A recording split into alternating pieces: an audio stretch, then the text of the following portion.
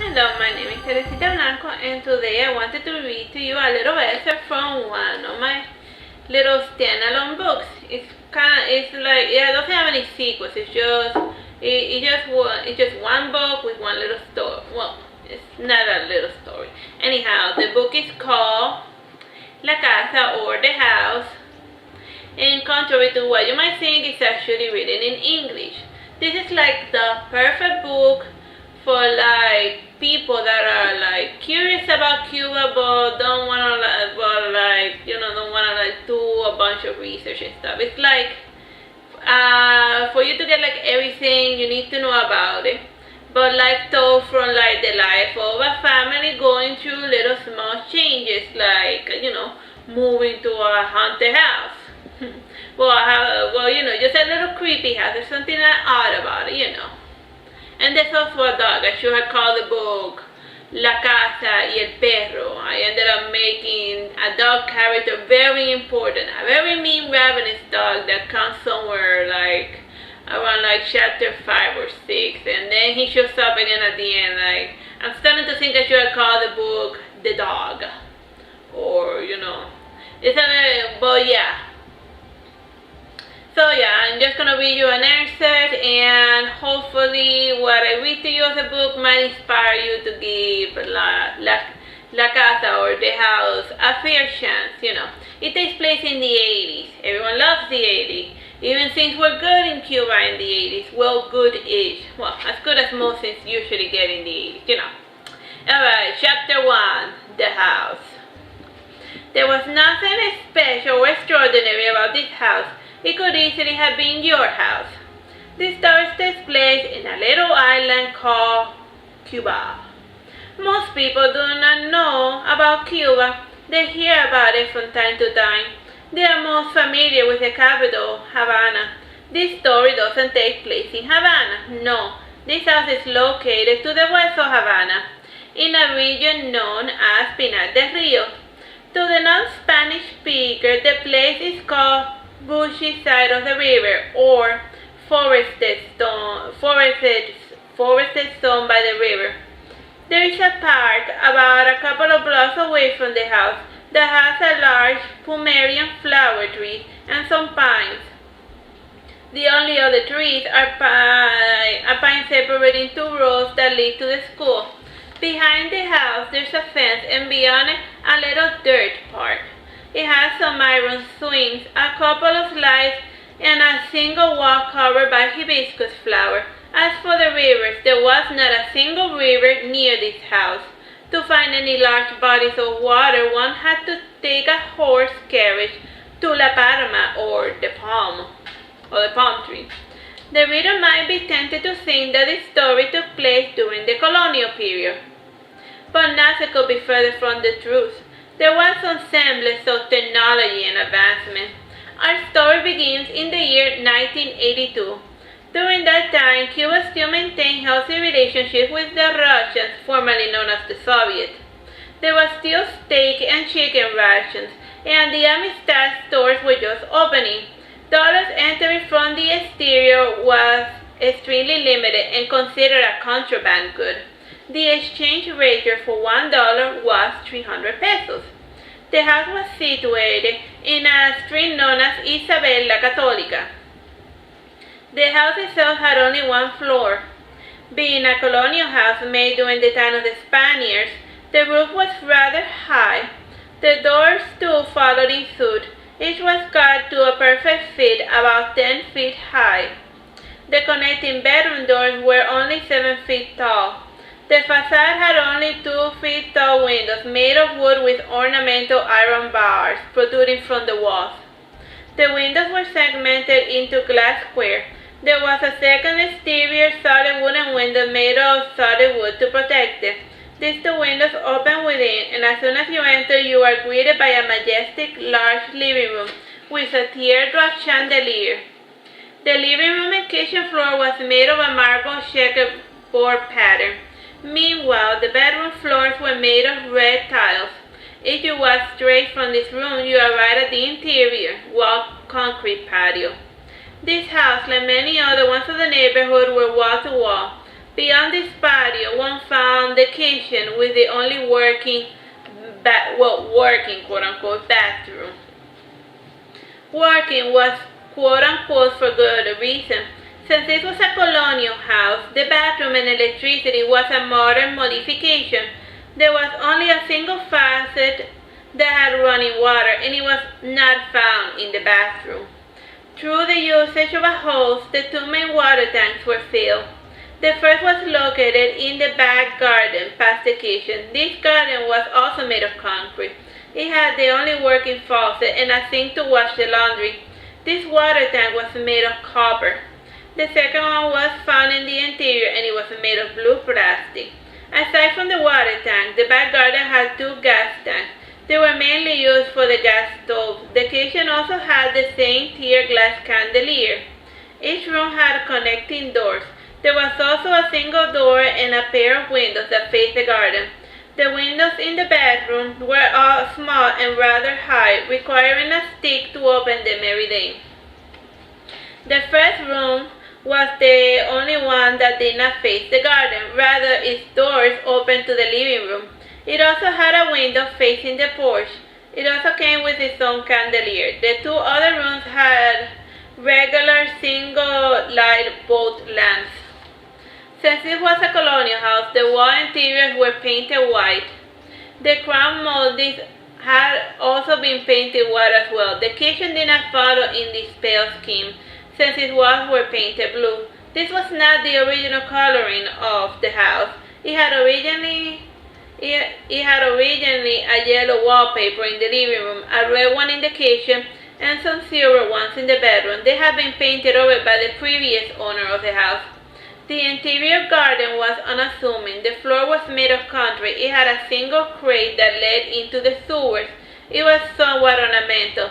The problem with its ornamentation was that the magnolia tree of the neighbor. It towered over the house, and from time to time it would draw leaves into the concrete garden. When the crate was covered with leaves, it could cloud up, thus creating a flooding hazard. In a corner of this garden, there was a half-wave dipole antenna. The reader may be wondering about this useless concrete garden of the house. Truth be told is that despite the heat, there has never been a pool culture in Cuba. The nearest pool to the house was a public one. It had been created to train Olympic divers and swimmers. As such, it was extremely deep. It was not too uncommon for people to drown in it every so often. There were some other ones here and there, but they were relegated only to foreigners and high-ranking party members. The irony of this pool is that the first person who drowned in it was a foreign Olympic swimmer. None of the other locals remember the name of the dead foreigner, just that he was an Olympic swimmer. Foreigners tended to drop dead in Cuba from time to time, so this unfortunate drowning was nothing new. Neither the Cubans nor the world have ever cared about people dropping dead in Cuba. The entire point of this tirade is that this house will never ever get a pool, even though it has all the necessary characteristics for one. So do not be expecting a pool. No wonder why there isn't one in a house that should definitely have a pool. This was what the house looked like when the family first moved in. So other scenes were added to it later, but this is just the start of the story. We still have some time, so moving along to chapter 2, the Mason family. The family who permuted to this house was the Mason family. While in most parts of the world people bought and sold houses, the people in Cuba traded them like cards. Depending on the quality of the property, one could trade two houses for a better one, or trade down for more than one property. If anything, it was a quicker system for moving between houses. The homes did not have a specific value to them, and there was no home inspector. It was up to the homeowner to eyeball the quality of the house. This entire process was known in the island as permutar, or permutation. The Masons, like everyone who shared their last names, were still rotting away waiting for their inheritance. 2 generations had passed and still no millions of dollars. The father, who hailed from this family, still thought about it from time to time, but not enough to disrupt his daily routine. The father went by the name of Eduardo. He was 6 feet tall, coffee complexion with Asian eyes, skinny like a pole, with green eyes and straight red hair. During the early colonial years of his family, there had been a lot of misbreeding. His great-grandmother, who was still alive, was Chinese. He was the second male son of a family of 7 daughters. Since he spent most of his early life looking after the girls and his oldest brother, it so happened that it took him the longest to get married. Now that all his siblings were settled, he was finally able to marry Angelica Ferreiro. She was native to La Palma, the rustic portion of Pinar del Rio. Angelica was 5'8" inches. She had beautiful straight black hair, a well-chiseled chin, green eyes, a tan complexion, and a slender frame like that of a ballerina. Indeed, she had studied ballet when she was younger, but then she got bored and tried swimming. When she got bored swimming, she played competitive ping pong and then did a bit of dancing. Since she had dreamed of moving up in the world, she worked on her grades. Eventually, she was assigned to become a doctor. In Cuba, you do not pick a career. The government chooses one for you based on your skills and grades. She met her second husband, Eduardo, while working in the polyclinic. After 2 years, they got married and had 2 children. Angelica would have liked to have more children, but her husband decided for her that 2 was more than enough. Since he was the head of the hospital, he had her tubes tied.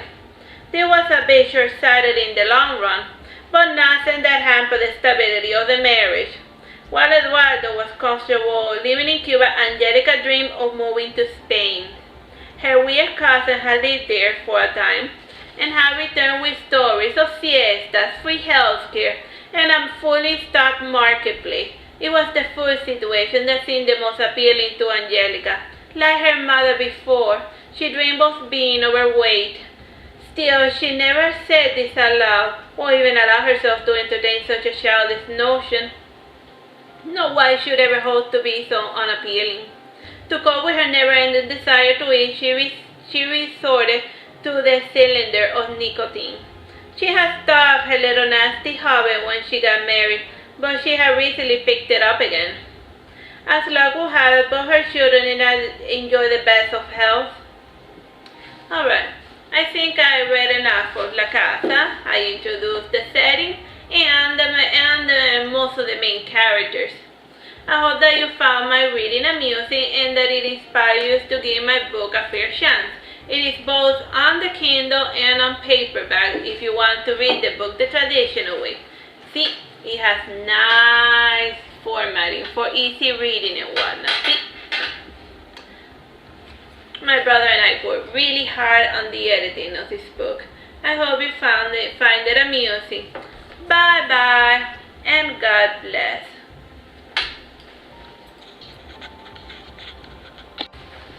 Hello, my name is Teresita Blanco and today I wanted to read to you a little excerpt from one of my little standalone books. It's like, yeah, it doesn't have any sequels. It's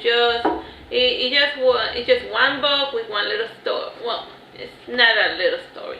Anyhow, the book is called La Casa, or The House.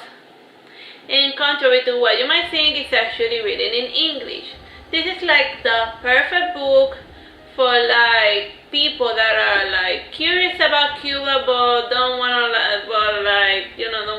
do a bunch of research and stuff. It's like for you to get like everything you need to know about it, but like told from like the life of a family going through little small changes, like moving to a haunted house. Just a little creepy house. There's something odd about it, And there's also a dog. I should have called the book La Casa y el Perro. I ended up making a dog character very important. A very mean, ravenous dog that comes somewhere like around like chapter 5 or 6, and then he shows up again at the end. Like, I'm starting to think I should call the book The Dog, or it's but yeah. So yeah, I'm just gonna read you an excerpt, and hopefully what I read to you as a book might inspire you to give La Casa, or the house, a fair chance. It takes place in the 80s. Everyone loves the 80s. Even things were good in Cuba in the 80s. Well, good-ish. Well, as good as most things usually get in the 80s, Alright, chapter 1, The House. There was nothing special or extraordinary about this house. It could easily have been your house. This story takes place in a little island called Cuba. Most people do not know about Cuba. They hear about it from time to time. They are most familiar with the capital, Havana. This story doesn't take place in Havana. No, this house is located to the west of Havana, in a region known as Pinar del Rio. To the non-Spanish speaker, the place is called bushy side of the river, or forested zone by the river. There is a park about a couple of blocks away from the house that has a large Pomeranian flower tree and some pines. The only other trees are a pine separating two roads that lead to the school. Behind the house there's a fence, and beyond it a little dirt park. It has some iron swings, a couple of slides, and a single walk covered by hibiscus flower. As for the rivers, there was not a single river near this house. To find any large bodies of water, one had to take a horse carriage to La Palma, or the palm tree. The reader might be tempted to think that this story took place during the colonial period, but nothing could be further from the truth. There was some semblance of technology and advancement. Our story begins in the year 1982. During that time, Cuba still maintained healthy relationships with the Russians, formerly known as the Soviet. There was still steak and chicken rations, and the Amistad stores were just opening. Dollars entering from the exterior was extremely limited and considered a contraband good. The exchange rate for $1 was 300 pesos. The house was situated in a street known as Isabel la Católica. The house itself had only one floor. Being a colonial house made during the time of the Spaniards, the roof was rather high. The doors too followed in suit. Each was cut to a perfect fit, about 10 feet high. The connecting bedroom doors were only 7 feet tall. The facade had only 2 feet tall windows made of wood with ornamental iron bars protruding from the walls. The windows were segmented into glass square. There was a second exterior solid wooden window made of solid wood to protect it. These two windows open within, and as soon as you enter, you are greeted by a majestic, large living room with a teardrop chandelier. The living room and kitchen floor was made of a marble checkerboard pattern. Meanwhile, the bedroom floors were made of red tiles. If you walk straight from this room, you arrive at the interior, walled concrete patio. This house, like many other ones of the neighborhood, were wall-to-wall. Beyond this patio, one found the kitchen with the only working quote-unquote bathroom. Working was quote-unquote for good reason. Since this was a colonial house, the bathroom and electricity was a modern modification. There was only a single faucet that had running water, and it was not found in the bathroom. Through the usage of a hose, the two main water tanks were filled. The first was located in the back garden past the kitchen. This garden was also made of concrete.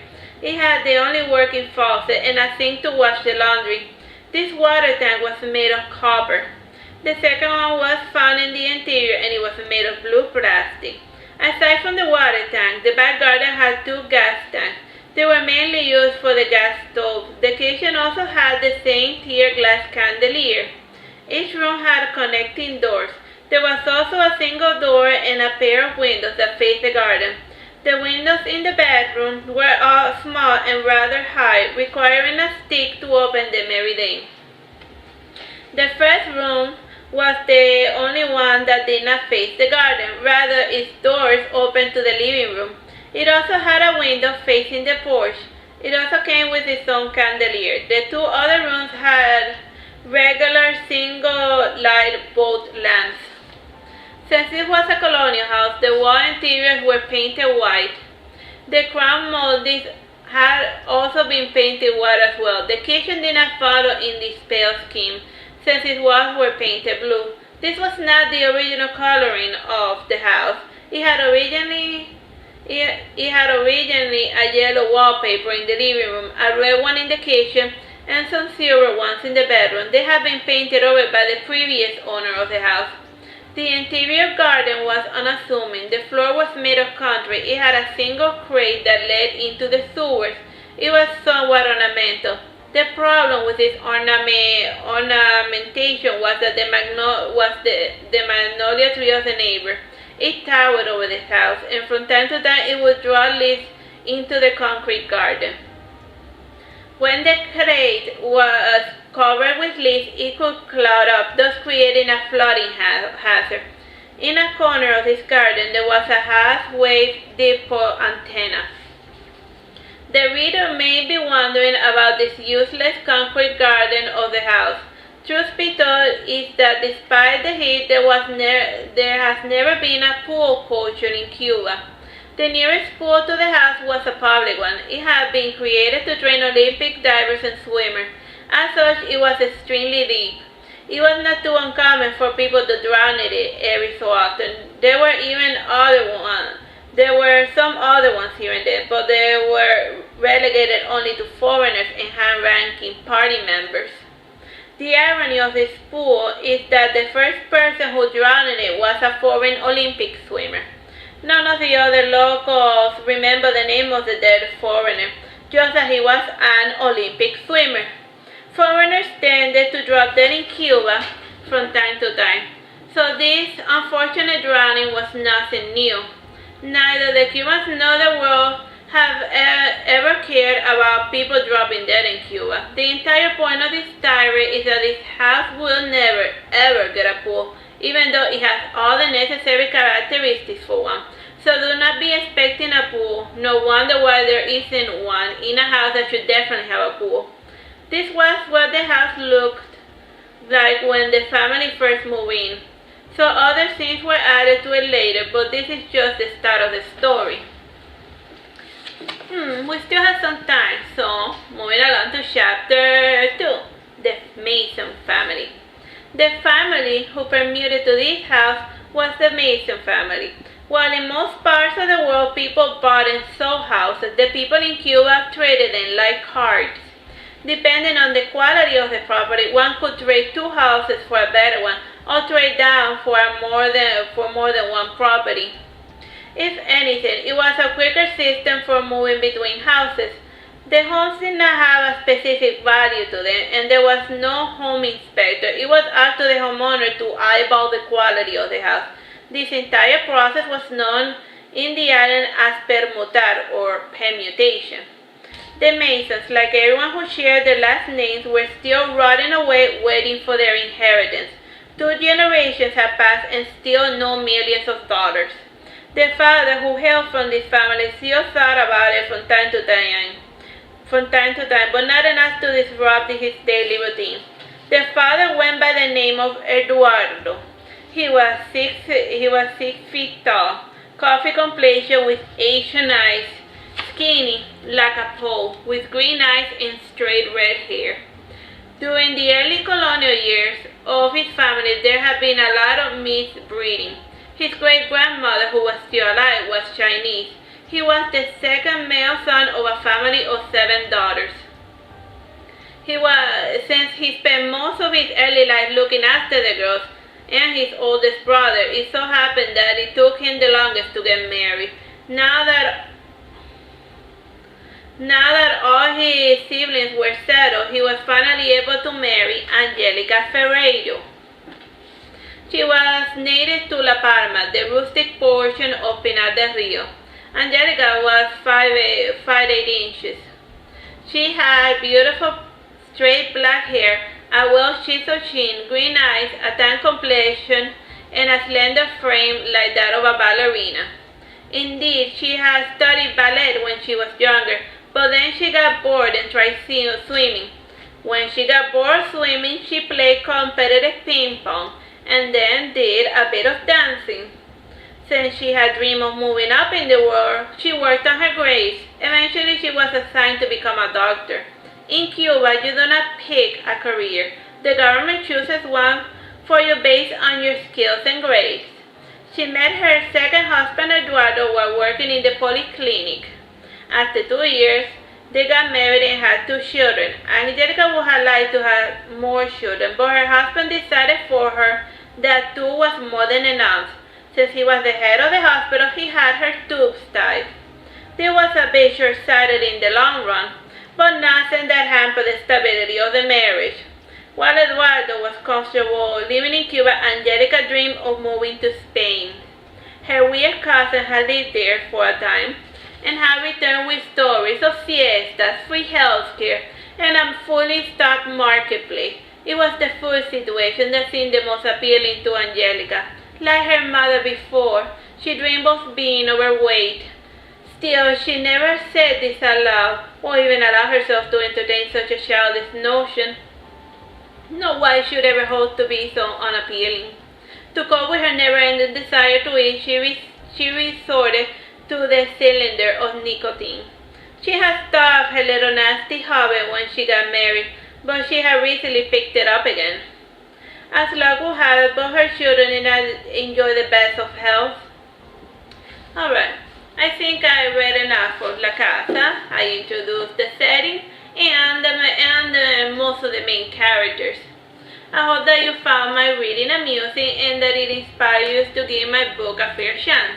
It is both on the Kindle and on paperback if you want to read the book the traditional way. See, it has nice formatting for easy reading and whatnot. See?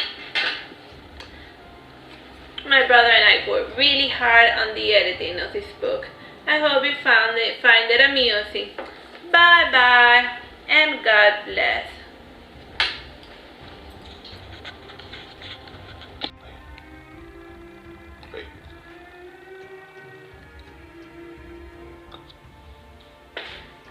La Casa, or The House, by Teresita Blanco, the Artsy sister, that's me. Chapter 1, The House. There was nothing special or extraordinary about this house. It could have easily been your house. The story takes place in a little island called Cuba. Most people do not know about Cuba. They hear about it from time to time. They are more familiar with the capital, Havana. This story does not take place in Havana, no. This house is located to the west of Havana in a region known as Pinar del Rio. To non-Spanish speakers, the place is called Bushy Side of the River, or Forested Zone by the River. There is a park about a couple of blocks away from the house that has some large plumerian flowers and some pines. The other trees are pines separating 2 roads that lead to school. Behind the house there is a fence, and beyond it a little dirt park. It has some iron swings, a couple of slides, and a single wall covered by hibiscus flowers. As for river, there was not a single one near this house.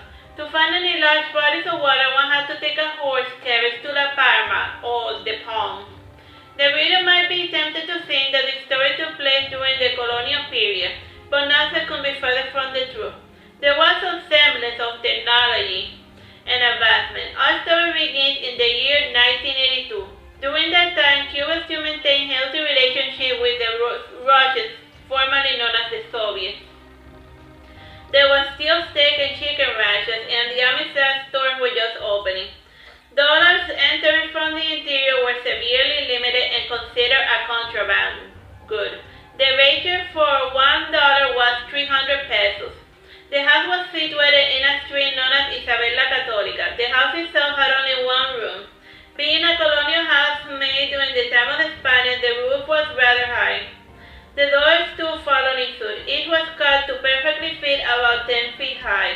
The connecting bedroom doors were only 7 feet tall. The facade had 2 8-feet tall windows made of wood with ornamental iron bars protruding from the walls. The windows were cemented into glass squares. There was a second exterior solid wooden window window made of solid wood to protect it. These two windows open within. As soon as you enter, you are greeted by a majestic living room with a teardrop chandelier. The living room and kitchen floor was made of marble or checkerboard pattern. Meanwhile, the bedroom floors were made of red tiles. If you walk past from this room, you arrive at the interior wall concrete patio. This house and many other neighbors were wall to wall, and beyond this patio one found the kitchen with the only working bathroom. Working has pros and cons for good reasons. Since this was a colonial house, the bathroom and electricity was a modern modification. There was only a single faucet that had running water, and it was not found in the bathroom. Though through the usage of a hose, the two main water tanks were filled. The first was located in the back garden past the kitchen. This garden was also made of concrete. The only working faucet and sink to wash laundry. This water tank was made of copper. The second was found in the interior and it was made of blue plastic.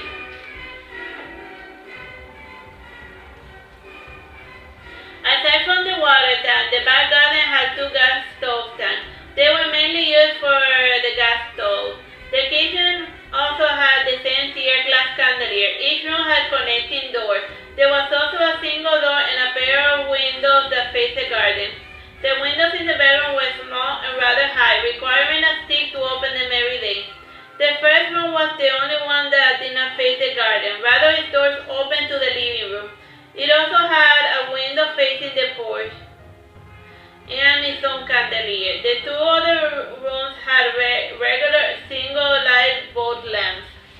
And since this was a colonial house, the wall interiors were painted white. The crown moldings were also white as well. The kitchen did not follow the same pale scheme, since the walls were painted blue. This was not the original coloring of the house. It had originally had a yellow wallpaper in the living room and a red one in the kitchen. The interior garden was unassuming. The floor was made of concrete. It had a single grate that led into the sewer. It was somewhat ornamental. The problem with this ornamentation was that the magnolia tree of the neighbor. It towered over the house, and from time to time it would draw leaves into the concrete garden. When the grate was covered with leaves, it would clog up, thus creating a flooding hazard. In the corner of this garden there was a wave dipole antenna. The reader may be wondering about this useless concrete garden of the house. Truth be told, despite the heat, there had never been much of a pool culture in Cuba. The nearest pool to the house was a public one. It had been created to train Olympic divers and swimmers. As such, it was extremely deep. It was not too uncommon for people to drown in it every so often. There were some other ones here and there, but they were relegated only to foreigners and high-ranking party members. The irony of this pool is that the first person who drowned in it was a foreign Olympic swimmer. None of the locals remember the name of the dead foreigner, just that he was an Olympic swimmer. Foreigners tended to drop dead in Cuba from time to time, so this unfortunate drowning was nothing new. Neither the Cubans nor the world had ever cared about people dropping dead in Cuba. The entire point of this story is that this house will never ever get a pool, so don't expect it in this story. This was what the house looked at when the family first moved in. Some of the things were added to it later. This is just the start of the story.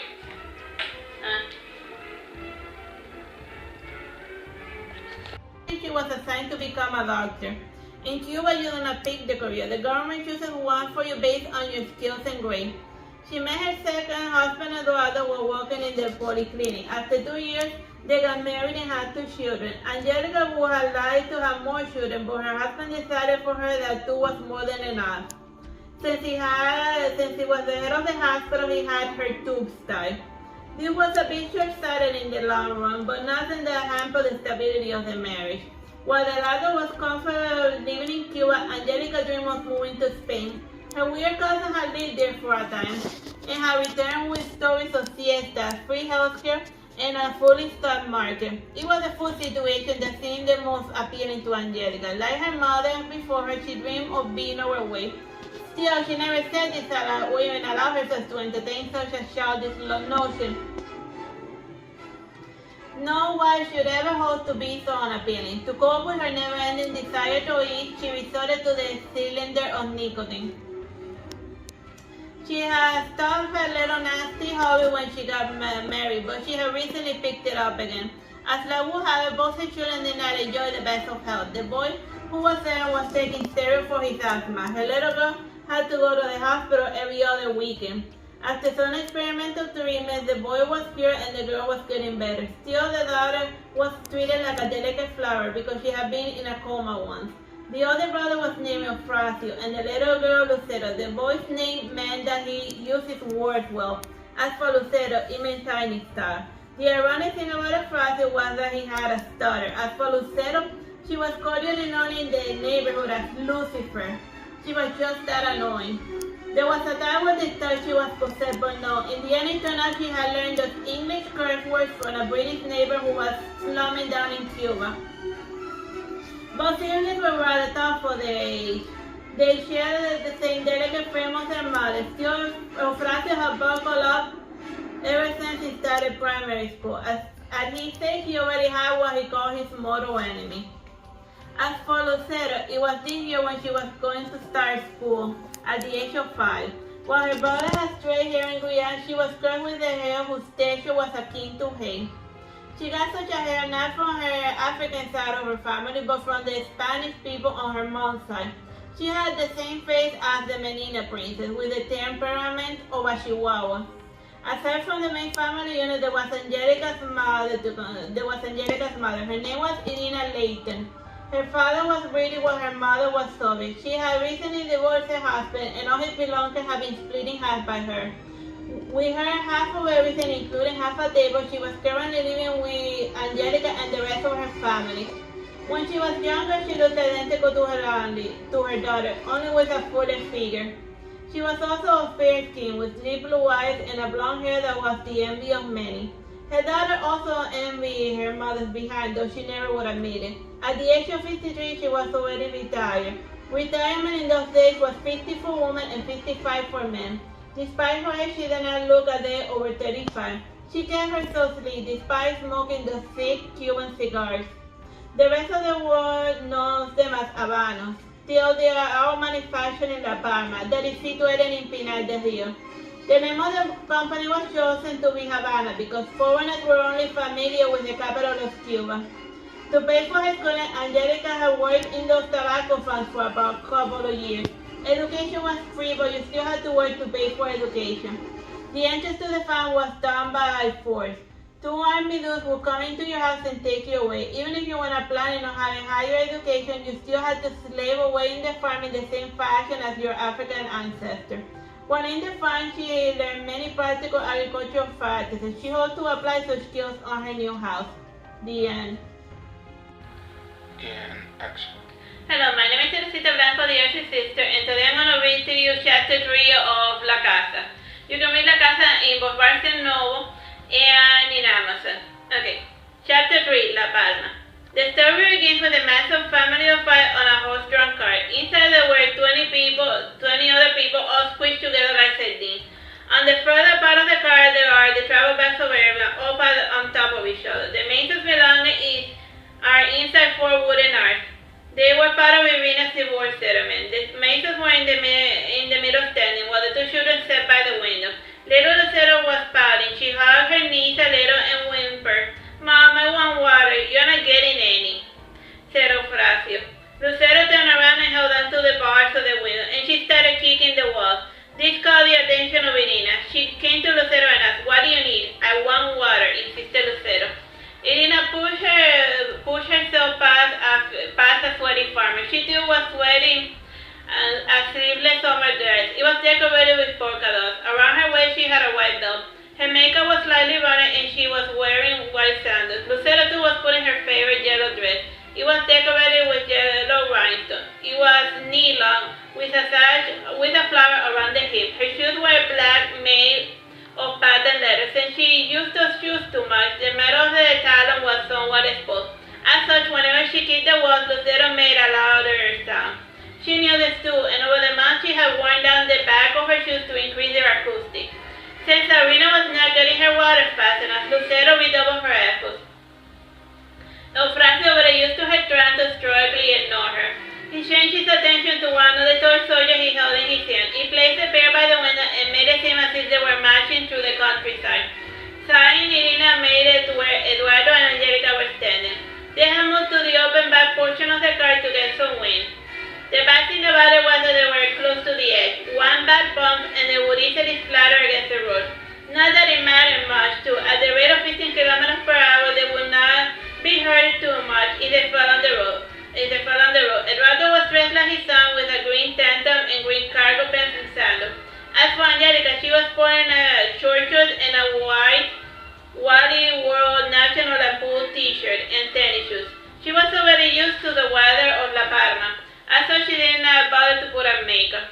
It was an unusually warm afternoon, and from time to time a life-giving breeze would come and rock the little carriage. There was still one more hour before they would arrive at the new house in La Palma. They heard the noise being made by Lucero, and guess what was the problem? Though they were thirsty, they had saved the bottle of water for the little noise it created. They gave the water bottle to Irina, who took a small sip. She then passed through the crowd before handing it to little Lucero. Part of the reason why Irina had drunk from the water was to remove some of the smell from Angelica's forced cigarette. Smoking while on a bumpy carriage ride is almost an impossible feat, but where there is an addiction, there is a way. When Lucero held the bottle, she drank a little bit in order to ration the water. She handed it to her brother Eufrasio. He had not asked for water, nor was he thirsty, but he drank it nonetheless. His sister would get cranky if her kind gesture was ever ignored. With a firm voice, he said, "Thank you." "You're welcome," said Lucero.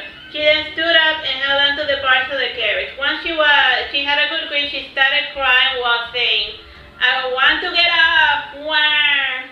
There was a universal moan echo throughout the carriage. She then started smacking the chair with her heels of her shoes while rattling the bars of the window. She continued in this fashion for the remainder of the 1-hour trip. Every 15 minutes, she would take a 1-minute break to rest her voice and get more water. Once her throat was hydrated enough, she would continue her tantrum.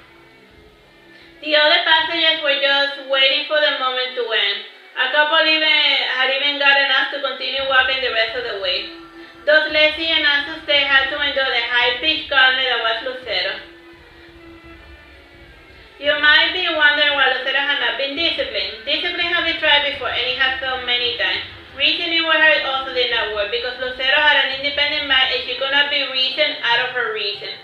And as for physical discipline, it is true that it was commonplace in Cuba. Irina was at the age when she mothered her grandchildren even more than her own mother.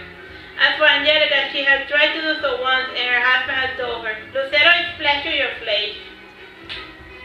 This was the one and only time Angelica had ever tried physical discipline on her daughter. On hindsight, she should have controlled herself when she saw that Lucero had mutilated, drowned, and thrown away her smokes. Angelica knew that they were bad for her, she being a doctor and all. All those who have ever suffered from an addiction know how hard it is to keep the habit. Eduardo's only addiction was to oranges. Man, did he love those oranges. One time in his work, they even gave him a cake with an orange in the center. As for Irina, she smoked her Habanos more out of habit than necessity. She could easily go without it for an entire month when supplies were running low. She was also addicted to Santeria. Despite having a financial degree, she loved throwing the cards, palm reading, and tending to her little Eleguá. She had his little effigy wrapped in paper and plastic bubbles inside a wooden knife with her belongings. The visual sign of this side of her was the small bead bracelet she was wearing. It had red and black cotton patterns associated with her Eleguá. When they finally arrived at the destination, the farmers all cheered, and they even helped unload the arms and luggage in the house. The house they arrived into is not the house of a story. In fact, they are only going to be inside this house for only 1 day. The items were left in the living room. This colonial farmhouse was made of sturdy hickory and ashwood. The floor was made of oak as well as the window. It had a nice wood-on-wood table feel, with warm oranges and brown colors. The furniture was made of leather and there were even a couple of animal pelts here and there. All the bed had white linen and a mosquito netting. The prime decoration of the house was a Stradivarius violin. It was displayed against the wall, held up by nails. Irina went to the violin and got the bowl as well. She said to the little children who gathered around her, "Do you want me to sing you a little song?" The children nodded in response. Angelica finally said to her husband, I guess mother is not going to help today. It has been a long day for all of us. Let her do what she wants. Irina always sang for Lucero's favorite song.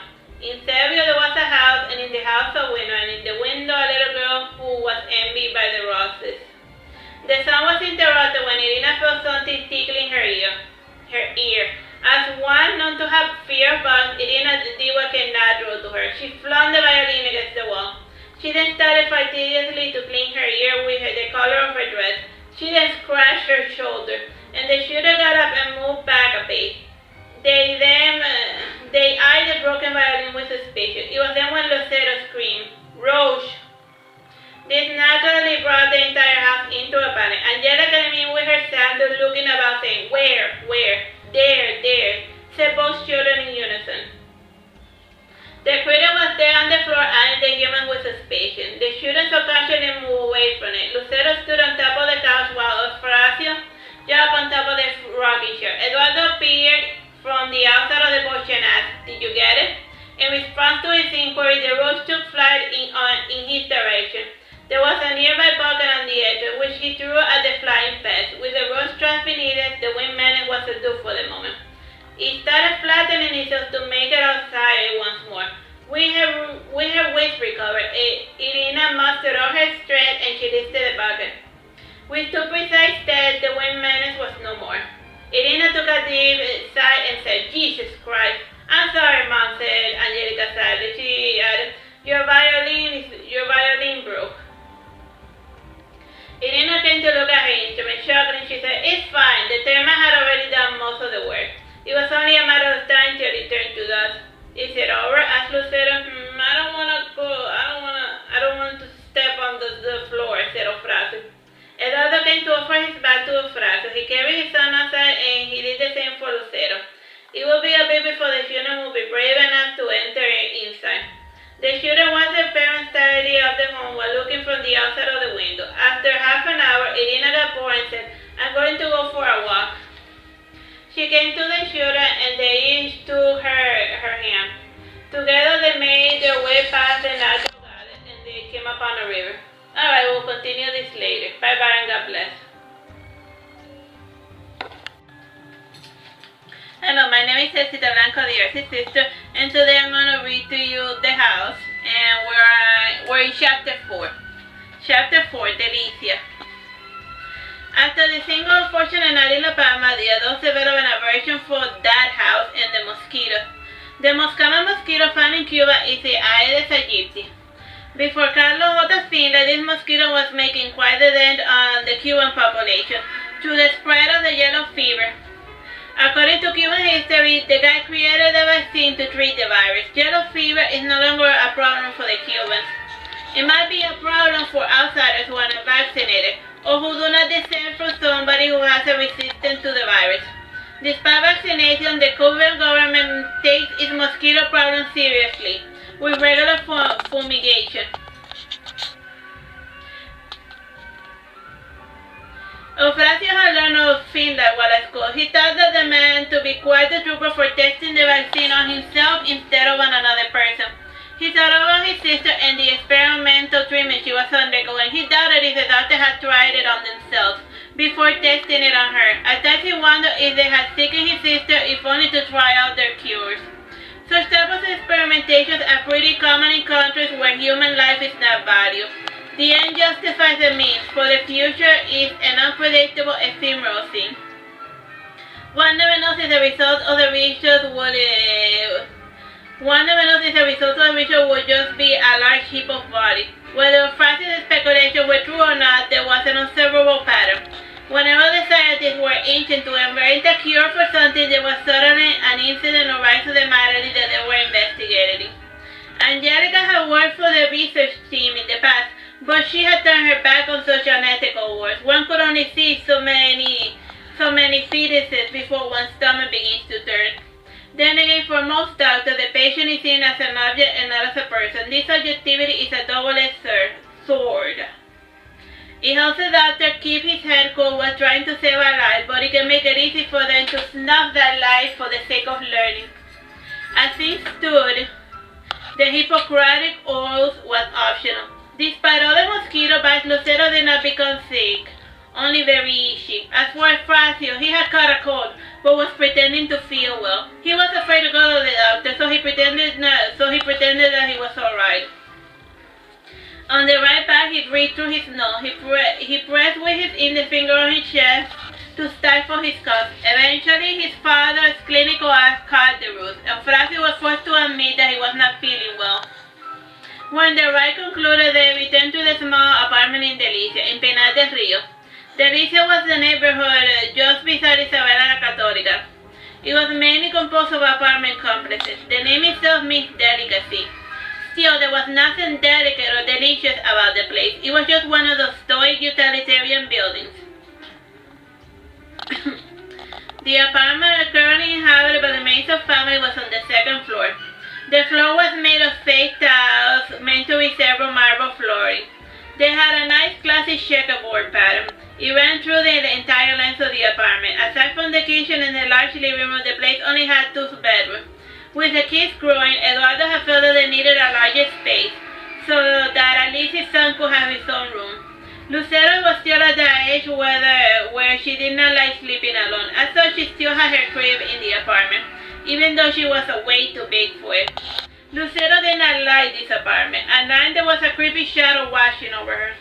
She thought it was a ghost, but little did she know that it was her father, making certain that she was still breathing. Sometimes she would close her eye and wait a bit, and she would open them to make certain that the shade had departed her bedside. Only when she was left in peace did she finally manage to fall asleep. As for Angelica, the reason why she wanted to move was because of the windows. They were Louis windows. They were formed by a collection of individual rectangular sheets of glass. They were useful for letting the wind inside the apartment building, but it made Angelica quite paranoid. All that was required to enter the home was removing the glass sheets. This apartment complex had such windows because there was no air conditioner. They could also be kept part way open during the rain to allow air to flow in while keeping the rain out. In Pinar del Rio, it rained almost every week. Whenever the weatherman predicted any drought, it was a warning sign to prepare for a monsoon. He did not have the best accuracy, but he was well liked by somebody in the TV station, and thus his ineptitude was tolerated. As long as you had good connection, one could keep your job in Cuba even if you were terrible at it. This did not cause too many problems, except for those who were tasked with keeping people alive. More than a couple of boats had caused some unfortunate soldier lives. It was for this reason that Eduardo always watched his nurses like a hawk. Whenever one would say, "But I thought," Eduardo would respond by saying, "Do not think, for you only think on mistakes." One of those silly fools had almost cost his little girl her life. In the end, she only got better when she was transferred to the hospital in Havana. He was harsh but fair. There were no room for fools when there is a person's life at risk. You are either focused while working at a hospital or you're guilty of manslaughter. This is the ideal scenario. Most little accidents went unpunished. There was no such thing as medical malpractice lawsuit in Cuba during those days. If a person is to take reparation for such a person, the only choice is to take matters into one's hand, or to compel a party member to do justice on your behalf. Most of Cubans ran on favors and coercion. True power was based on who you knew or who you were related to. The closer one's family ties were to the head of the state, the better off you tended to live. Still, such connections did not guarantee you a good life. The Mason family was well connected because Angelica's grandfather, he had connections to the army, and he was in charge of one of the secret caches of guns. Should Cuba ever be invaded, the militia would mobilize using those caches. Since taking power over Fidel Castro had always been preparing for war. As for Eduardo, he had helped deliver many babies for top party members. Some had spent decades without conceiving, but Eduardo had provided experimental treatment for their problem. It was through one of those party members that the Mason family permuted to the last house they would ever inhabit in Cuba. It was early June. The sky was cloudy and the wind was strong. Had the weatherman bothered to even try a little hard, the people in Delicia would have known that Hurricane Alberto was coming. Preparing for a hurricane in Cuba just meant boarding up and trying to stock up on drinkable water from the fountain. Sometimes when the light went out, the water was cut as well. Due to food rationing, one could not stock up on provisions. Eduardo was looking at the new house. As for Angelica, she was busy with her shift in the clinic at San Juan Martinez. Lucero was playing on the railing. Meanwhile, Elena was keeping an eye on the children. Lucero was looking down, trying to peer over the edge. From time to time, Efracio would tug at her dress to remind her to stay on the other side of the fence. Lucero was practicing speeding. Up until now, she could only drool downwards. Thus, angling her speed towards passing people was proving rather difficult. Since she kept missing, she did not want to fall. She sat down and she squished her face against the railing. This helped her somewhat, but she ended up squeezing her head too far inside. With her head stuck, she frowned. Efracio looking up asked, do you need help? Mind your business, said Lucero annoyed. She thought a moment and she tried placing her head in the same way it had come inside. After pulling at it, she got herself out of that sticky situation, but only after bruising the side of her forehead. With her heart beating, she went to do something else with her time. As for Elena, she was in the middle of a consultation. It was Saturday and some of the working girls were visiting with questions about love and life. Eduardo, who was returning home, noticed a line of ladies and a few gentlemen. He hid by the stairs and overheard the conversation. He then appeared to them and said, I can show you the cards as well. Really, Dr. Mason? I never would guess, said the lady. Eduardo brought out from his pocket a simple deck of playing cards. He always carried for his prank. Without asking the lady any question, he threw the cards, and he said a lot of personal facts about her life that he had overheard while hiding in the stairs. This created the illusion that he was a psychic. When the lady left, Irina, who was sitting on to the judge, said to him, you're an ass.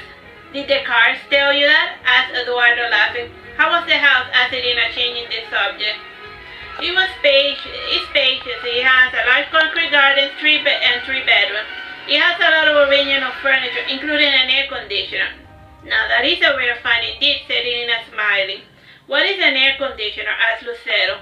It's like a very strong fan. It makes the entire room very cold. How cold? Asked Lucero. As cold as a refrigerator, said Irina. That does sound rather pleasant, said Lucero, smiling. Eduardo came close and he asked while holding Lucero's head. Lucero, what happened to your head?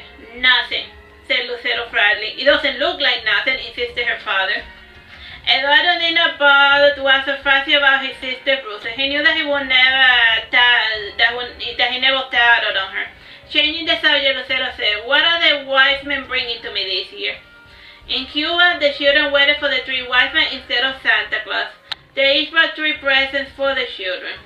Depending on the budget of the family, they usually bought one. Every year, Lucero had received three presents. One of them she was sporting. It was a 1920s dance dress with green balls. It was a little big for her, but the original of the dress had been extremely petite for her age. Aside from the large shoulders and the fact that the dress was as low as her knees, it was a good fit. The dress had originally belonged to Lucero's great-great-great-grandmother. She had been alive up until recently. She had sewn for the little girl her baptism dress. It too was preserving the great art. Since new stuff rarely entered the island, it was common for families to try to preserve clothing items that were in good condition. This is how this 1920s party dress had been handed down to Lucero. Eduardo came to the rocking chair and he sat down. He gestured to Lucero and she sat on his lap. Looking at her benevolently, he asked, after giving her a hug and a kiss on the cheek, what would my little princess desire? She thought a moment and then she said, I want a Barbie doll. Barbie, never heard of her, said Eduardo, pouting his lips. She was one of those dolls because the neighbor's bride did not let her play with her doll. I can't blame her. Lucero never returned any toys that her brother lent her. How long has the video been going? You have 3 minutes left. Alright. Lucero left her father's life. She returned to the balcony by now. By now, she had managed to learn how to modulate her speed. Eventually, the little girl with the Barbie made an appearance. She was walking out towards the park with a careful calibrated speed, Lucero spat on her hair. The girl, feeling something fall on the back of her, made her imperceptibly pass her hand over. When she saw that it was Pete, she said, "Ew, Mom, someone spat on me." Lucero retreated into the balcony. Efracia, hearing the commotion, also moved back a bit so as not to be seen. A couple of floors above, the local drunkard had gone out to the balcony to smoke. Since he was in the proper angle, the mother of the girl thought that it had been him. The crazed mother climbed out the stairs to give the poor bastard a serious talking to. Since it was the family motto not to stir the pot, Eduardo did not do or say anything to calm the angry lady. He only shook his head, making an unconvincing frowny face. Lucero grinned and said she had it coming. Horacio said, "You can't be mean to kids just because someone lent you their toys."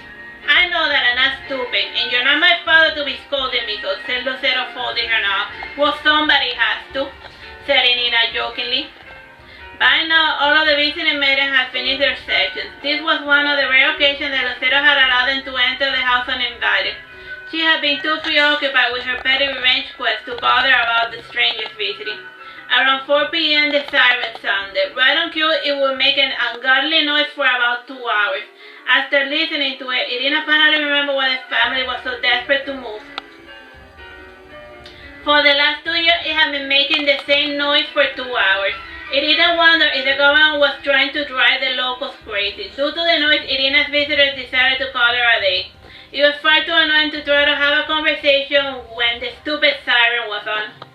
Since conversing was out of the question, Irina took the time to take a bath.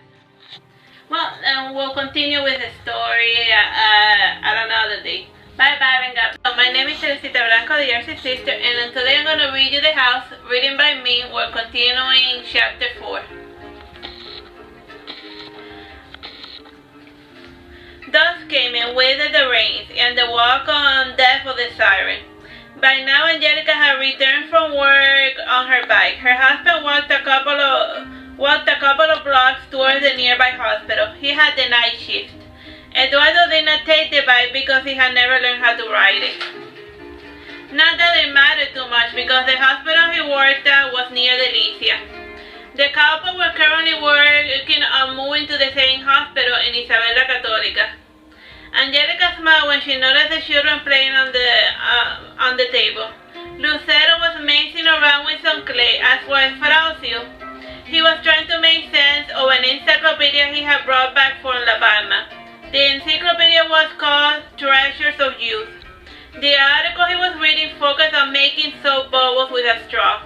Angelica greeted her children by hugging and kissing them on the cheek. She did the same with her mother as well, who was cooking. The windows Angelica detested so much were open to let the cool night air in.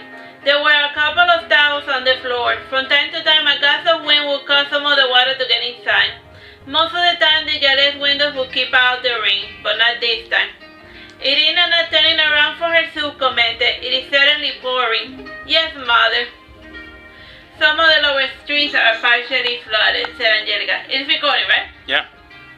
"It is a good thing Eduardo's hospital is uphill," said Irina.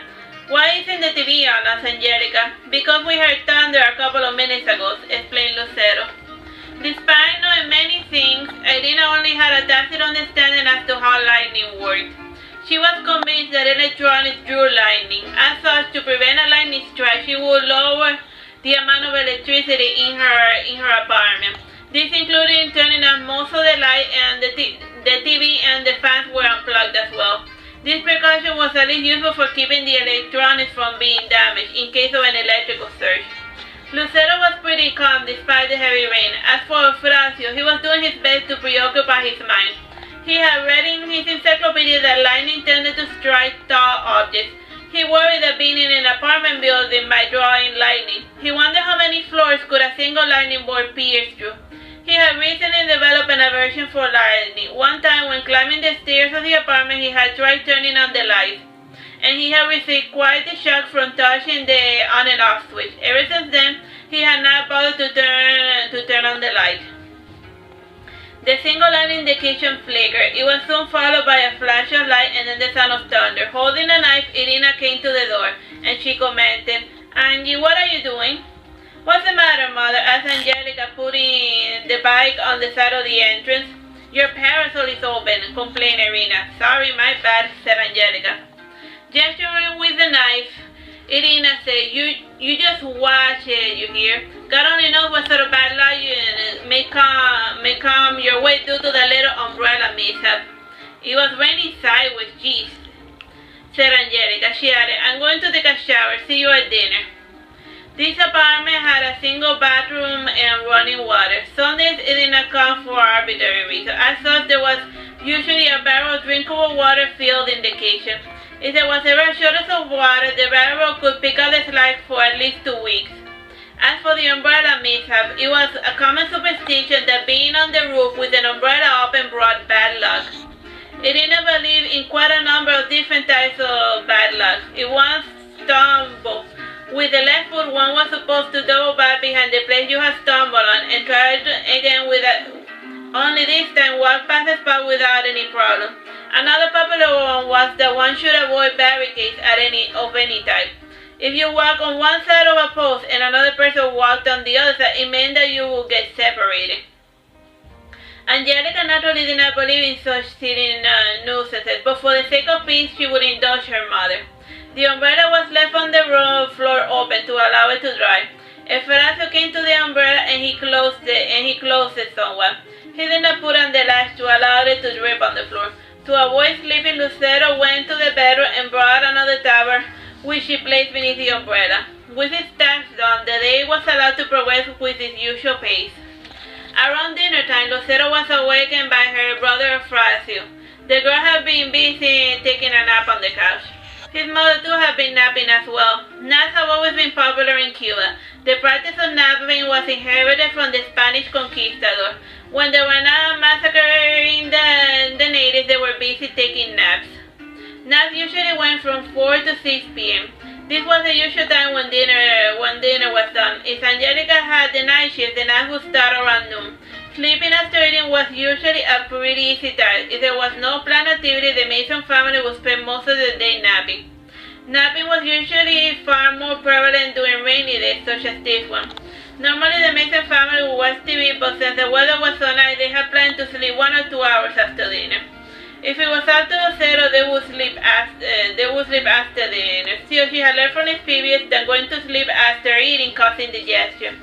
Whenever she from her side to her right, her stomach would turn, bringing all the food out to her throat. At other times, it would trigger some acid refluxes.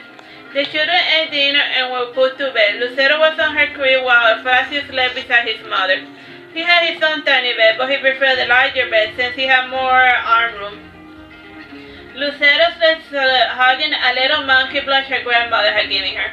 According to Irina, the monkey liked to drink milk. Lucero was partial to the plushie, but she had memories of seeing Efracio with it when he was 2 years old. Lucero did not mind the hand-me-down plush since it was still in good condition. It served as a small pillow. Around 3:15 a.m., the rain died down. The only sound heard was that of the wind. The wind suddenly picked up, causing the bedsheets to fly out. The window started rattling. Lucero, who was a light sleeper, yelled, Angelica! With a start, Angelica awoke, not knowing why Lucero was yelling. Efracio rolled off the bed and landed on the floor all in terror. He crawled quickly under the bed. As for Lucero, she got into a fetal position and she hid her head under the large pillow. It was then when the window smashed. Angelica covered her face with her hands, and she received a nasty cut on one of her hands. Angelica ran and grabbed Lucero while Efracio was fetched by Irina, who had just woken up. For the rest of the night, the 4 of them spent their time in the bathroom. The bathroom had only one small window, which was open. Lucero had the pillow from her bedroom still on her hand, and she was using it more as a shield than a pillow. Efracio was inside the tub with his eyes wide open. He was watching the window like a hawk. He had his hands to his face in case he had to protect himself from glass. Irina would have liked to barricade the window, but without it, they risked running out of oxygen. Around dusk, Eduardo was making his way back home. He was not too thrilled by the sight of the downed electric pole. He circled around the block until he found a different route back into his apartment. His alternative route brought him through a flooded street. With water up to his knees, Eduardo struggled his way back home. His night shift in the hospital had been uneventful. The entire place was made of solid concrete, and it resembled a fortress instead of a hospital. The windows were small and impact resistant. There were bars on them as well. This gave the hospital the look and feel of a prison. Then again, windows with bars were pretty common architectural feature in Cuba. Aside from having small windows, the hospital actually had an air conditioner. It was used to keep viruses down. Most viruses and bacteria tended to reproduce a lot with higher temperature. As such, for sanitation purposes, the hospitals were allowed to have an air conditioner. It was common to just have random people in the waiting room who just wanted to cool off for a bit. At times, some people felt like getting examined while they were there. Medicine was free in so much that you did not have to pay for it. You still paid indirectly for medicine in the form of poverty wages. While Angelica had spent a hectic night, Eduardo had a mellowed out type of day. He had spent it joking with the other night duty doctors. He would read the headlines and then he would start making up bogus news. He said it in such a convincing fashion that the fellows could not help but believe him. He would also prank the trainees by playing dead in the morgue. Whenever a kid who was not in on the job would pass by, Eduardo would make strange noises, or he would sit up suddenly. Eduardo was quite surprised indeed when he heard from his colleague that a tornado had passed by. He had not heard much of it because he was fooling around in the morgue. A couple of windows did break, but thankfully it only occurred in the empty room. The rest of the night he spent cleaning up the debris or tending to the regulars. Around 4 p.m. the injured people started arriving. It seemed like it was going to be quite a busy day indeed. He would have stayed for an extra shift to help, but he was worried about his apartment. For this reason, as soon as his shift ended, he went home. He was surprised and alarmed to see his wife all bandaged up. She had gotten some nasty cuts on her arms and on her right hand. He examined her tourniquets over the top. The scratch on the palm had been superficial, though Irina had required that Lucero remove for her a small shadow glass. Why had Angelica asked Lucero? Well, because she had snake blood. Lucero had a good hand-eye coordination. She was quite deliberate with most things she did with her hands, from drawing stick figures to cutting paper. She dexterously removed the tiny shot using the tool her mother had given her. As for Irina, she was no help at all because she could not keep her hands from trembling. One needs a steady hand for any type of delicate work.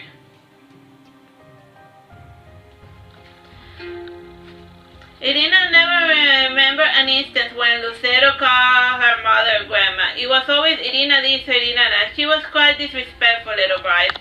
Aside from...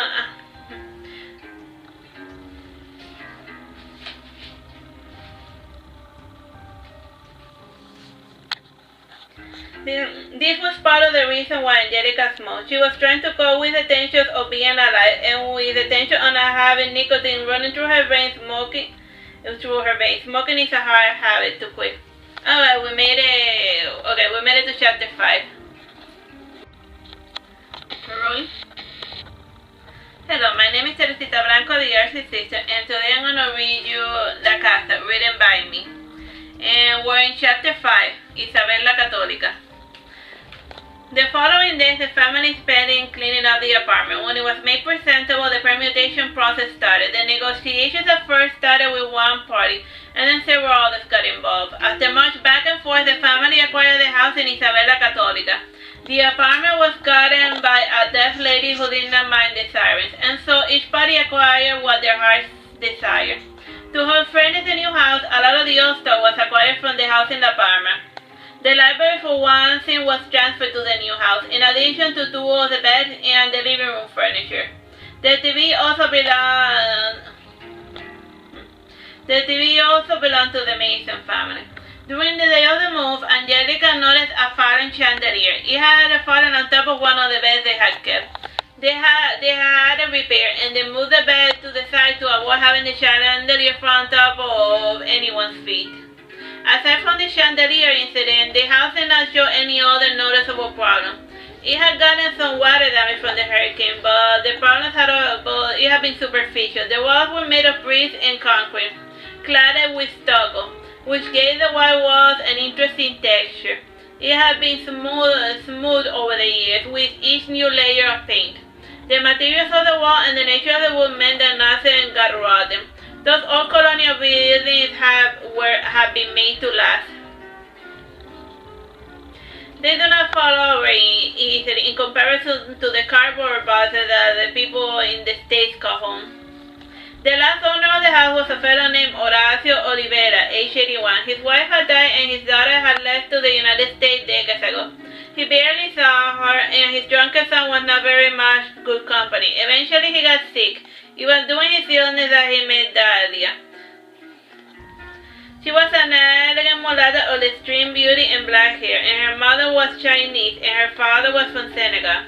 This 48-year-old lady found the old man quite vulnerable and useful. It got to such a point that whatever money Horacio received from the state, he would spend it on his dead little Dahlia. Since her father was starving because of his lover, Horacio's daughter Clarita started sending money to her cousin. Her cousin would then buy provisions and not give cash directly to her father. Before he could, since he no longer had cash to spend on Dahlia, he was making the effort to sell his house. Before he actually got around to doing so, he was found dead. There was no serious investigation in this matter since he was 81. The coroner simply eyeballed the corpse and ruled it natural causes. It was still common belief that Horacio's family had killed him to keep him from selling the house to give money to his lover. This may be a murder. This may be murder house was the one that the Masons moved into after commuting from the apartment and the house from La Palma. After her father died, Clarita started sending money to Cuba. The day the move was concluded also happened to be the eve of Lucero's birthday. Lucero was born on the same day as Angelica, November the 1st. On October 31st, the family moved the last item and they gave the key to the apartment to the new owner. This was the first time that the children set foot in the new house. Lucero looked at the bars of the living room, the familiar couch and curtains, the TV, and the large bookshelf and the rocking chair. Lucero sat down on the rocking chair and started to be pensive. Whenever she got moody like that, it was best not to engage her. As for Franco, he started to explore the house. He went to the living room, to the concrete garden, to the kitchen and the back garden. He then asked his father, "Where are the rooms?" "Over there," said Eduardo, pointing to a closed door. Eufrasio tried to open the door, and he removed the lock, but the door did not budge. He then locked the door and tried opening it, thinking that he had opened it wrong. Eduardo in the end came to the door and pulled at it. With some degree of effort, the stupid door slowly opened, and then very quickly. It was an interesting quirk about the doors. You first have to pull hard and then to get them to budge. Eduardo made a mental note to grease out the door. Even with his future precaution, the doors continued to behave as they always did. The previous owner of the house was aware of the problem. This was part of the reason why he never bothered to close the doors in any other bedroom. It was too much of a bother for someone his age to do a force of any kind. The bedroom arrangement was made thus. Irina had the bedroom nearest to the kitchen. The parents and Lucero had the middle room, and Eufrasio had the bedroom close to the living room. He was given the room because it was common for a fashion to wake up super early to watch the 4 a.m. cartoons. Wherever in the world would they have kids shows at such an ungodly hour was a matter of some debate. The shows at the hour sometimes featured animated movies from Japan. Just the night before, Eufrasio had seen Messenger C. He was itching to see if there was going to be more robot-related movies. For this reason, he asked his father, "Which room is mine?" "This one," said his father, opening the twin doors in the living room that led to the child's bedroom. The decoration did not give a hint to the age of the occupants, since most of the decorations stayed behind. The bed was a tapestry featuring a forest and a river.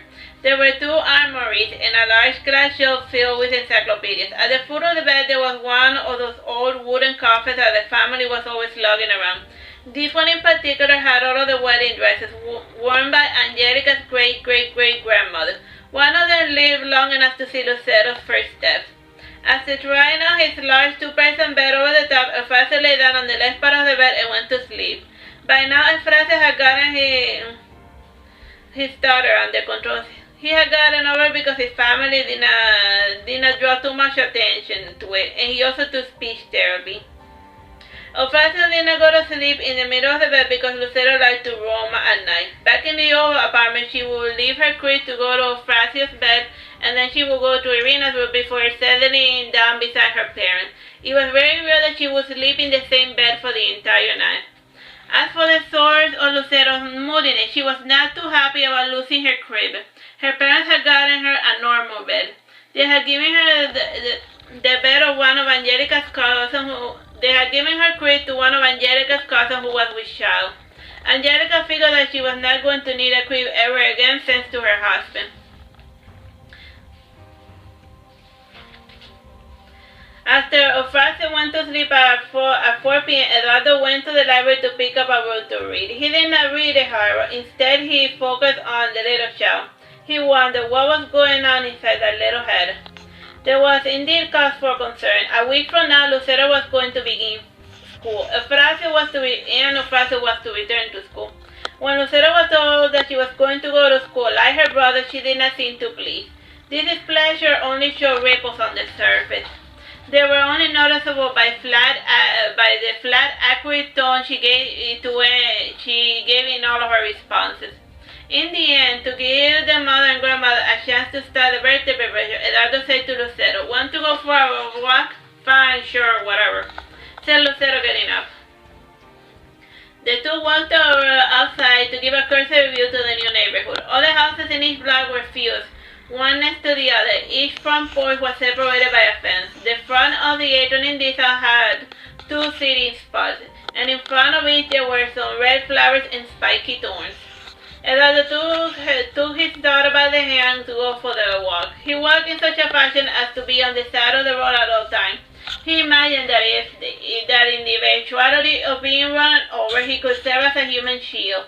Such silly notions of self-sacrifice were pretty common for Eduardo.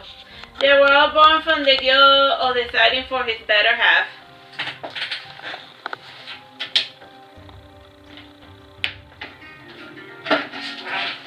The pair walked the neighborhood, and they noted a couple of oddballs here and there. The most interesting of the fellow was their next-door neighbor. When they first saw him, he was punching the wall while in his underwear.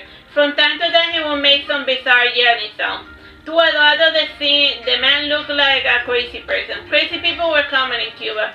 They were usually looked after by family members. From time to time, they would go to the Madhouse Mazorra for electroshock therapy before being returned home. The electroshock usually kept them even out for at least 4 months. Then there was the medication. Those who did live in the Escena asylum were only there because they had no living family members. These people either became homeless or died because of neglect. As for the loco nut, he was mimicking the moves of Bruce Lee. Since Eduardo was not familiar with a martial art, he mistook the yelling of the neighbor as noises typically made by crazy people. Lucero gave a cursory, disdainful look at her neighbor, and the neighbor looked back at the girl, and he noted the maiden's icy stare, which made him shiver. Her look reminded him of his commanding officer, a man who imagined that all people he met were beneath him. The first impression of Lucero was accurate. She typically looked down on everyone, including her own parents. For her, there was no one that was her equal. This is not to say she detested people. Rather, she could not relate to anyone, not even to her brother. It would take at least 2 decades for her to open out to her family, and to even get along with them. Even then, she only had share of what she thought or desired. Eduardo and Lucero turned a corner. Eventually, the two found themselves at the committee. Every neighborhood had a committee, with a symbolic meanings and voting. It was designed to make the locals feel like their petty thoughts and opinions mattered. Eduardo never bothered to go because he realized the pointlessness of the exercise. At the moment, there was nobody at the committee, aside from a sign. It was just a regular home that had been repurposed for public assemblies. At the other side of the block, behind the house, the pair saw a concrete garden. The children were playing there. Smiling, Eduardo said, "Look, Lucerito, dear, a park. You like playing at the park?" "Yes," said Lucero flatly. "Do you want me to push you on the swing?" asked Eduardo. "I can push myself just fine, thank you," said Lucero. She looked through the things and she picked one that had a stable iron chair and a straight iron bar. There were other things made of iron shears, but she felt that the iron one was a better one. From then on, whenever she visited the park, Lucero always picked the same swing. One of the children beside her was standing on the swing, picking up height. Lucero started in college. She decided to play it safe, and she took a bit of info and started swinging very slowly. Eduardo in the end came to give her a slight push. It was then when he noticed that the back garden was visible from the park. It was just behind a very low concrete fence. Eduardo thought it convenient. He waved at Irina, who was inspecting the back garden, and she waved back at him without much enthusiasm. When he turned around, he saw that Lucero was picking up quite the height. He was horrified when he saw the girl jump from the swing. She nimbly landed on her feet with her arms spread about for balance. She then proceeded to try to stop the swing in order to try to jump from it again. Lucero was fond of jumping games. Back in the old apartment, she would jump down the stairs. She would try to land from as high as many steps as she could. She did not jump from the top step to the mid-floor. Rather, she tried one step and then another before jumping down. She knew that 5 steps was her limit. The one time she had tried 5, she had miscalculated her landing and had fallen on her behind. The parents were not aware of this little jumping game of hers. Francis didn't know, and he always recommended prudence. Still, he would engage in it whenever playing with his little sister. And he also played hopscotch with her. While the regular game used 1 stone, the siblings added more stones as the game progressed for added challenge. The winner was usually the fellow who could jump from number 10 back to number 1. After hanging out in the park for a bit, father and daughter were summoned back to the house by Irina. On the way back, Eduardo heard the barking of dogs. They relaxed somewhat when they noticed that it was just a poor man and his dogs. The man looked so thin that Eduardo felt sorry for the fellow. When he came home, he asked Irina to make a plate for the starving neighbor. Normally, the leftovers were put away for later. Still, neither Horacio nor Lucero liked eating of food, and so it was decided to offer the food to the poor man. The man with his dogs was known as Flint. When Horacio saw his grandmother giving food to the man, he imagined that Flint was Saint Lazaro in the flesh. He certainly did look the part with a beard and the thin tan complexion. Flint did not eat all of the food right away. Rather, he took it home for his wife and daughter. Since this humble family did not have anyone in the United States, they had to make do with a basic basket, which was just enough. We just gave you enough to be undernourished. As for the dogs, Flint's curse had not been the ones that barked. Flint only went out to beg with his house because of the abandoned construction site a few blocks over. Anyone who was not in a large group usually got attacked by a pack of strays. One time, the cops had tried to handle the situation, but the dogs were nowhere to be found. One night, when a lone cop was walking home, he was maimed by the dogs. Ever since then, none of the locals had tried to do something about the strays living in the abandoned construction site. During the full moons, the barking of the dogs... Alright, we're continuing with chapter 5 of La Casa. Written by me, Teresita Blanco. One night when a lone cop was walking home, he was maimed by the dogs. Ever since then, none of the locals had tried to do something about the strays living in the abandoned construction site. During the full moons, the barking of the dog was heard all over the neighborhood. During the first night at the house, the moon was full, as it is proper for Halloween. Horacio awoke to go eat dinner a bit earlier than he had planned. He found the barking of the dogs a bit disconcerting since they fell nearby. He sighed when he noticed the bars on the windows. Only very small dogs could get inside. He languidly rose from the bed, and when he looked down to find his sandals, he saw a white shadow scrape across the floor. He did not hear or make a sound. He turned on the nearby lamp. He thought it had been a bit too big to be a roach. He nervously looked beneath the bed to see what it was, and he saw nothing. For indeed, there was no living creature inside the room at the moment aside from Horacio. The lights from the lamp flickered a bit, and since Horacio had seen a lot of horror movies featuring freaking lights, He knew that it was silly to imagine that he could see dead people. In the end, he concluded that it was his eyes playing tricks on him. The following morning, it was Angelica and Lucero's birthday. The mother had ordered a 2-tier cake with plenty of frosting. The man from the cake shop did not know why Angelica wanted so much frosting. But since he was a commission dog, he did what he was asked. On top of the cake, there was the shape of a bunny in white frosting. With pink letters, it spelled the name Happy Birthday, Angelica and Lucero. When the girl awoke, they sang her Las Mañanitas by Vicente Fernández. This San Buenato, this is the little morning to which King David used to sing. Since this is the day of your saint, we sing you this song. Wake up, my dear, wake up. Look, the sun has risen, and the little birds are singing, since the moon has gone to sleep. From there, the family transitioned into the birthday song most people are familiar with. Lucero was dressed in her Sunday's best. She was putting her favorite print dress with frills and laces. It was starting to get a little small for her, but Lucero did not mind. It was her favorite dress after all. This one she rarely wore because she wanted to wear it for longer periods of time in order to keep it nice and preserved. By now, the shoulders felt a little tight. It was only a matter of time till it no longer zipped up.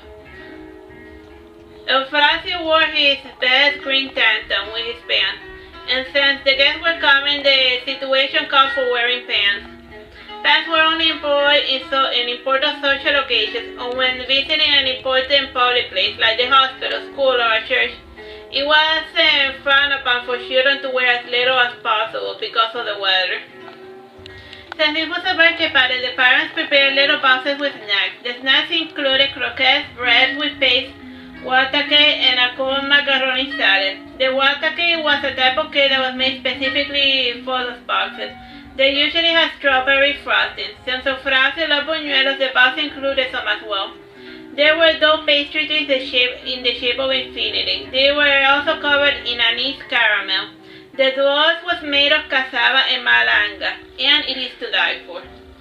Other noteworthy fruit included chicharrón or pork crackling served with lemon. For drinks, the children had Coca-Cola. Coca-Cola was a rare treat indeed, not easily acquired. The smell of the food alone was enough to get all of the local children to attend. The parents also came in order to get some free food. As for the family member, the only family member who lived nearby was Ricardo. He was Eduardo's half-brother from his father's side. He lived a block over with his wife and his only daughter. He made sporadic appearances here and there, only to be somewhat of a nuisance. The last time Eduardo had seen his brother, Ricardo had come to take his fan. Why did Ricardo take the fan? Nobody knows. Angelica had been with Charlotte at the moment, and it didn't suit her to have any type of argument. Angelica regretted the fact that the bastard Ricardo lived so close to her. Still, he was family, and thus she had to tolerate the man because family must stick together and all that type of nonsense. This was the first time Lucero and Eufrasio had met their cousin Jana Maria. Jana Maria was the same age as Eufrasio, only that she was shorter than Lucero. To Lucero, Jana Maria was like a living doll. She had porcelain white skin, blue eyes, and curly blonde hair. She reminded Lucero of the Barbie that her neighbor owned and that she had not been allowed to play with. Her fair complexion was a sore spot for Ricardo, who fancied that his daughter or Jana Maria was not his own.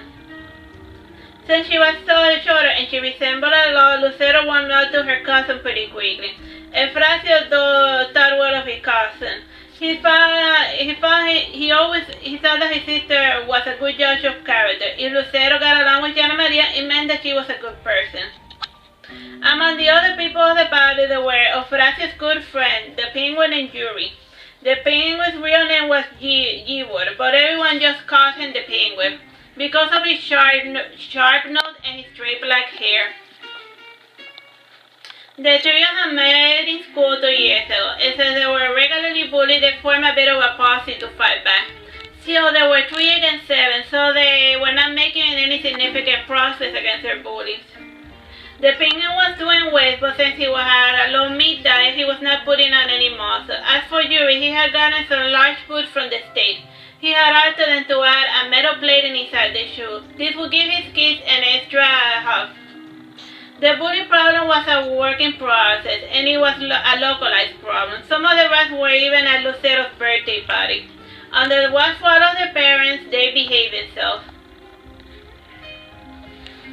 Angelica was aware of the bully problem. She hadn't been bullied herself back in school, and she thought that she could bribe the brats with food and games by having them feel included.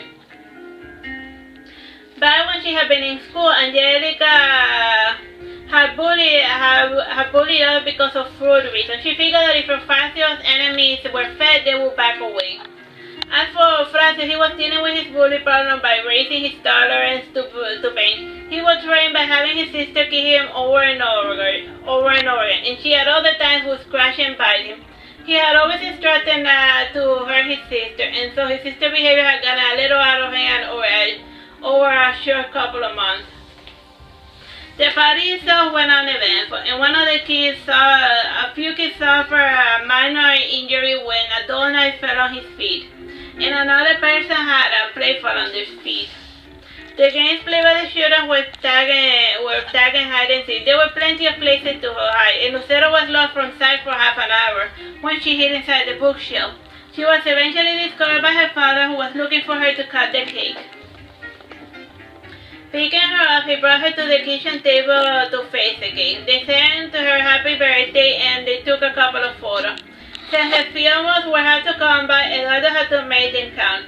At most, he took about 12 photos of the party. In each, Lucero smiled and winked, because she thought that it made her look cute. The party was concluded around 8 p.m. All the children went home, and then it fell on the adults the task of cleaning up the mess. As with most large visits, the single non-flushing toilet had suffered the most abuse. With soap and Clorox, Angelica was dexterously cleaning the bathroom.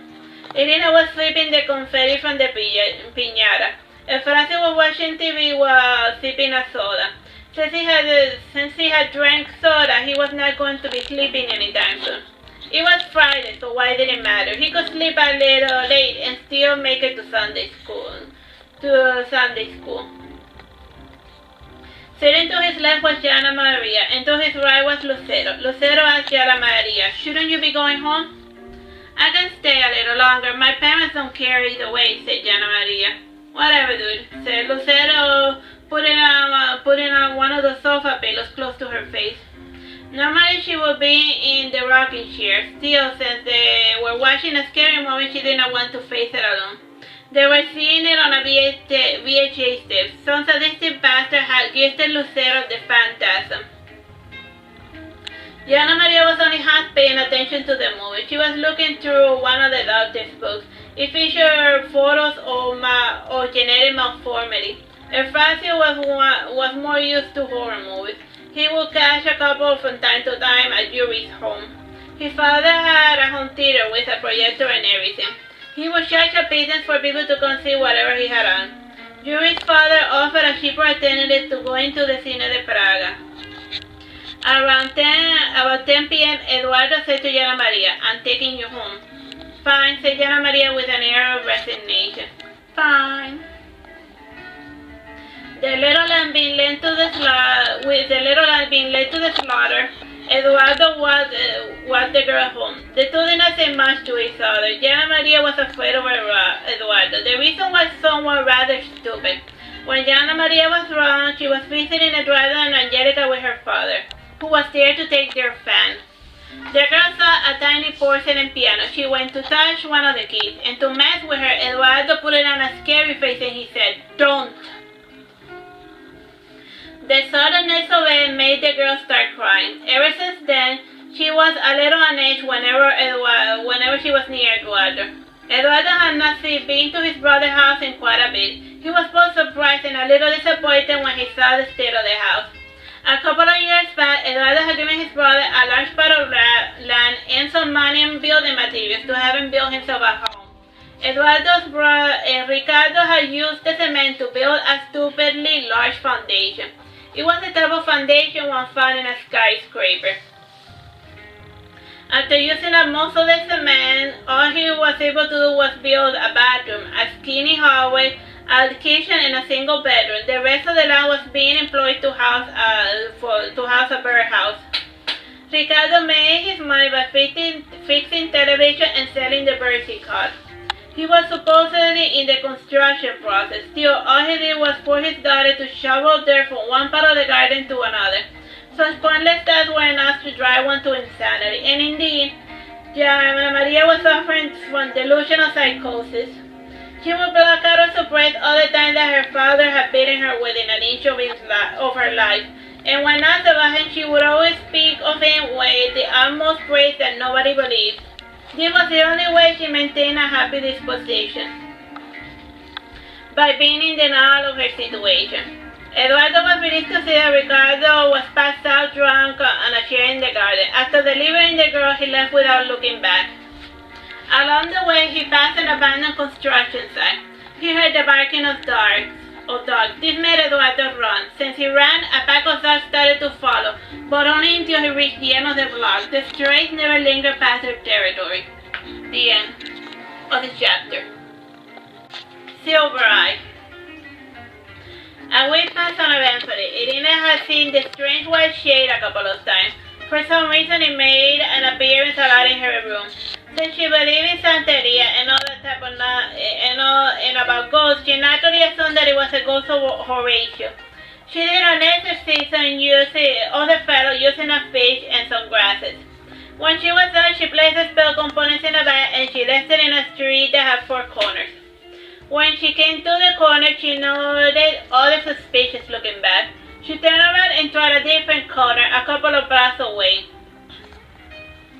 In one passed through the street while the bags were there. The bag locked, vibes or ghosts were picked up by another. A Santeria exorcism did not get rid of the problem, rather it relocated it to another house. A more permanent solution could be done, but she would have to make a cake, and the family was a bit short of cash after the birthday party. Irina returned home to find Lucero in her rocking chair. It was around 5 a.m. in the morning, and Lucero was a bit of an early bird. Smiling benevolently, Irina asked, "Are you ready for school?" "We will see when we get there," said Lucero, petting her monkey plush thoughtlessly. Much to Lucero's chagrin, all her birthday presents had been school-related. She had gotten a backpack, the writing utensils, linen, blank papers, pencils, erasers, and crayons. The backpack was purple and it had a chair bearer for decoration. The girl also had a small blue purse which was to house her food. After drinking her milk and barely touching her eggs, Lucero was ready for school. Eufrasio dreaded having to finally go to school with his sister. For some reason, he could not shake the feeling that the girl was going to have a major tantrum. She had been particularly violent the day before during their combat training. She had even drawn some blood when she scratched him with her razor-sharp nails. The combat training was put on hold by the mother, Angelica. Since she was tired of seeing Lucero fighting with her brother all the time, she smacked their heads together before saying, "Now get along. If you fight with each other again, I will do the same thing." Instantly feeling guilty, Angelica then went outside to smoke in the garden. After calming her down a bit, she said, "Eufrasio, if your sister hits you, you have my permission to hit her back. But only hit her as hard as she hits you." "I don't wanna," said Eufrasio. "But you have my permission," said Angelica.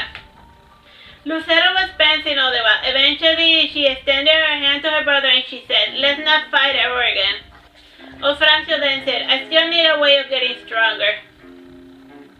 "You should ask the weirdo from Death Note to give you some fighting tips. I heard he was a karate man," suggested Lucero. "I guess," stuttered Eufrasio. Eufrasio resolved to ask the fellow after returning from school, and depending on how the day went. Since Eduardo had a night shift, he was the one who took Lucero and Eufrasio to school. Angelica took her back and she left for her consultation. She was a bit reluctant to see one of her patients today. It was everything that her patient ever told Angelica was just awful. Just recently, she had told Angelica that she was very lucky. That she felt very lucky. The patient felt lucky because her daughter was now working as a prostitute. As such, the patient no longer needed to worry about money anymore. Prostitution was technically illegal, but the cops barely bothered to deal with that type of crime, since it contributed to the tourist money that arrived in Cuba. When she arrived to the consultation, Angelica was relieved to hear that her patient had dropped dead. How she died? Well, during one of the blackouts, she had suffered a fainting fit. When the doctor came to check up on her, she was shocked to know that she had no pulse. The patient had always prided herself on having excellent health, but the no pulse thing didn't inspire much confidence. The patient was indeed alive, and after checking the pulse on her wrist, it yielded results. Still, the fact that the stethoscope had not detected any sound did not bode well. In the end, it was discovered that the patient had a tumor in her chest. She was dead within 2 days. As for the patient's daughter, she moved to the Orient with her cousin. Back at home, Melina was busy herself with the house chores. The house would always be completely open, and doors, windows, and all. It was then when the cleaning started, with the sweeping and the mopping. This was followed by the polishing of the silverware. From the old house, Irina had taken her bed some silver goblets that had been passed down. The children were currently using them to eat gelatin. It gave the gelatin a faint metallic taste. If she remembered, she would take a bath. If Angelica was taking track of this bathing product, Irina could easily go a week without showering. The walk to the school was peaceful enough. The father and children passed by a row of houses facing a bunch of large pine trees. Under bars, they had a lot of caterpillars. The crown of the tree was so thick that barely any light entered. It almost seemed like nighttime. Eduardo heard a bit of panting. Turning around, he noticed a stray staring at him, like a stray dog. Eduardo neither disliked nor hated dogs. Still, he thought that the stray problem was getting out of hand. Even with the homeless people occasionally eating a couple of dogs, there was still a large stray population. When Eduardo saw the dog, his heart started racing. The adrenaline made the dog growl and start barking. Since Eduardo never had much dealing with dogs, he did not know that he had to maintain his scent in order to avoid getting attacked. Lucero, dressed in a little uniform, said to her father, "Carry me." Eduardo did as she asked. As for Horacio, he clung near his father. He felt that the dog was sizing him up and not for clothing. The uniform worn by Horacio and Lucero were pretty similar. Lucero had a red skirt, white, and a white button-up shirt. The skirt was held up by red suspenders that crossed her back like an X. And since Lucero was starting school, she did not sport a kerchief around her neck. Since Horacio was in a lower tier of the grade, his kerchief was blue. Those in higher grades were red. The only difference in uniforms came in the form of shoes and hair ornaments of the girls. As with everything in the world, the boys were not allowed to wear caps. The primary school was called Antonio Maceo. It was close to the Provincial Museum of History. Just a couple of blocks over was the Cathedral of San Rosendo. Antonio Maceo was an imported guerrilla leader who helped free Cuba from Spain. Due to his skin color, he was known as the Bronze Titan. He died in action after Jose Marti talked him into fighting the Spaniards a second time. Most of the schools in Cuba were named after war heroes who fought the Spanish crown.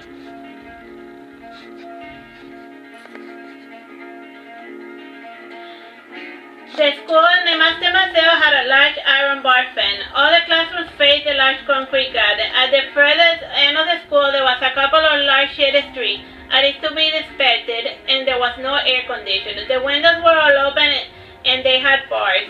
This gave the ochre sapphire school a nice breeze and light feel to it. As soon as the children entered within, the door was locked behind them. Eduardo kissed both his children on the cheek as is the Cuban fashion. He then said to both of them, "I will be leaving now. Have fun on your first day of school." Then turning to Lucero, he said, "And you behave yourself, you hear?" Eduardo took a couple of steps, but he felt a heavy burden on his feet.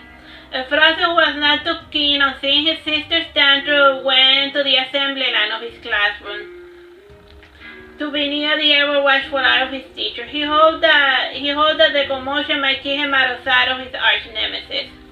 Lucero crying said, Dad, don't leave me here. Pulling at her arms a little, Eduardo said friendly, let go, Lucero. No, Papi, no, take me home. I don't want to be here, said Lucero. The grade school stood and started laughing, and some of the older kids lingered a bit to see all the commotion. After a 10-minute fit, Eduardo said to his daughter, Fine, I will stay with you a bit to show you that it's not a big deal. Okay?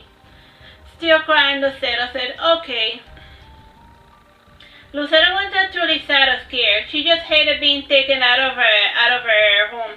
She hoped against hope that by being a bit louder she could get her way, as it had occurred many times. Still, school seemed like a different matter. Like something serious, like whenever she had to go to the hospital.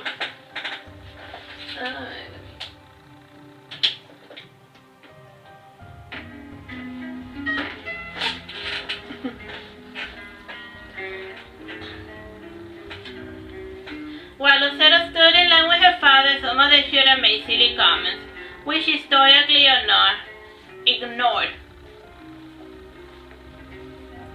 Just as she was good at fake crying, she was also adept at tuning out the world around her. She did not respond, rather she stared back blankly, with the look of someone who was thinking of killing you. It wasn't her fault that she had such a kill face. Her serious look just had a way of making people feel uncomfortable. Depending on people's mood, they interpreted Lucero's poker face in a variety of ways. Some imagined that she was sad, others angry, while many thought she looked bored or serious. As for her father, Eduardo thought Lucero was looking rather angry. Before all the classes began, the children had to sing the national anthem. They also had to swear to be just like El Che. El Che needs no introduction. Most of the outside world is familiar with the myth of the dude. The man was a murderous bastard who was killed by Fidel Castro for stealing the spotlight. Oh wait, the guy he had killed was Camilo Cienfuegos. Same difference.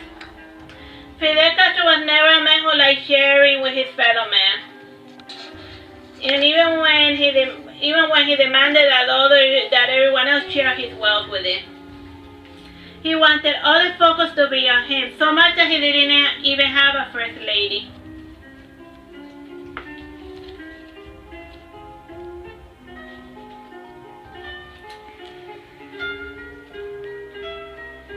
Everything in Cuba just boils down to charisma. You do not get far in life without being charismatic. Eduardo was charismatic, and so he got away with many things that would have landed other worms in jail. This was part of the reason why the director did not question why Eduardo was there standing behind his daughter. After Eduardo escorted Lucero to his classroom, he took his leave. Lucero watched him go, none to please. The teacher was feeling magnanimous, so she allowed a lot more liberties to the children that day. Normally she would just box the ear of any brat that got out of line. Now instead she slapped them in the back of the head. One girl in front had gotten her ear pulled so many times that it had grown significantly larger than the other. Since Lucero was the tallest girl in the group, she sat on the back. Seating was done based on height. Lucero sat with another girl who was even taller.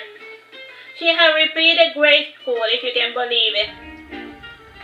There was no child left behind nonsense in Cuba. If you didn't pass the exam, you never moved on to the next grade. It was as simple as that. Getting past grade could involve learning how to read and write cursive. Lucero didn't know how to read but not how to write. The first cursive lesson involved practicing writing your name. Lucero frowned when she saw her name written for her on a card. It was the first time she had seen her last name and her mother's maiden name. In Cuba, people use two last names. The mother also kept her family name. The days rolled rather slowly. When Lucero looked outside, she saw the older kids were playing sports. One of the baseballs flew through the window and it struck her in the belly. The kid who was Eufrasio's nemesis came to pick up the ball. He rubbed Lucero's belly and he said, "See, you're fine." Lucero did not respond. She only narrowed her eyes at him for a second before turning to look at her name. While the other girls were practicing cursive, Lucero had not done any work. Eufrasio's nemesis was called Giovanni. He had been born on the same day as Eufrazio, and for the last 2 years, Angelica had been celebrating Giovanni's birthday along with Eufrazio. When Giovanni saw Lucero glaring at him, a shiver ran down his spine. He moved away from her. He had heard from his grandmother that Lucero had very angry saints. Anyone who did her harm always got a broken leg. Giovanni wondered if an accidental strike was enough of a reason for the eventuality of his injury. To avoid this thing, Giovanni decided to be a little more careful. Alright, we'll continue later. Hello, my name is Teresita Blanco, the Artsy sister, and today we're continuing with chapter 6 of La Casa, or the house, written by me.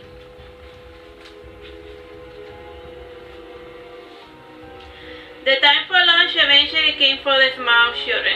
Normally the teacher had the students sit in a circle and eat lunch and eat and share their lunch together. While looking at the lunch bags over the top, she noticed a baby bottle. She had the children head out and she left Lucero there. Pointing to the milk bottle, she said, "The kids are going to eat you alive if they see you drinking from a bottle. You can drink it as it is now, but tomorrow bring the milk in a regular bottle." Lucero nodded in response. The teacher frowned when she noticed that the girl had done nothing all day. She figured that the girl was a tough nut to crack, but at least she was quiet. The teacher preferred silent student over a noisy, disruptive shout any day of the week. When the teacher left the room, Lucero drank her bottle quickly. She noticed the time and she figured she had about 20 minutes to escape. Silently, she tiptoed across her classroom. Eventually, she walked towards the entrance. Some of the teachers and students noticed her, but her nonchalant behavior did not raise any eyebrows. They figured she had a specific charge or something. Lucero saw some of the students leaving the school, and she got in line behind them. The door was eventually open, and Lucero was free. She trailed behind them for a bit before doubling back and starting to make her way home.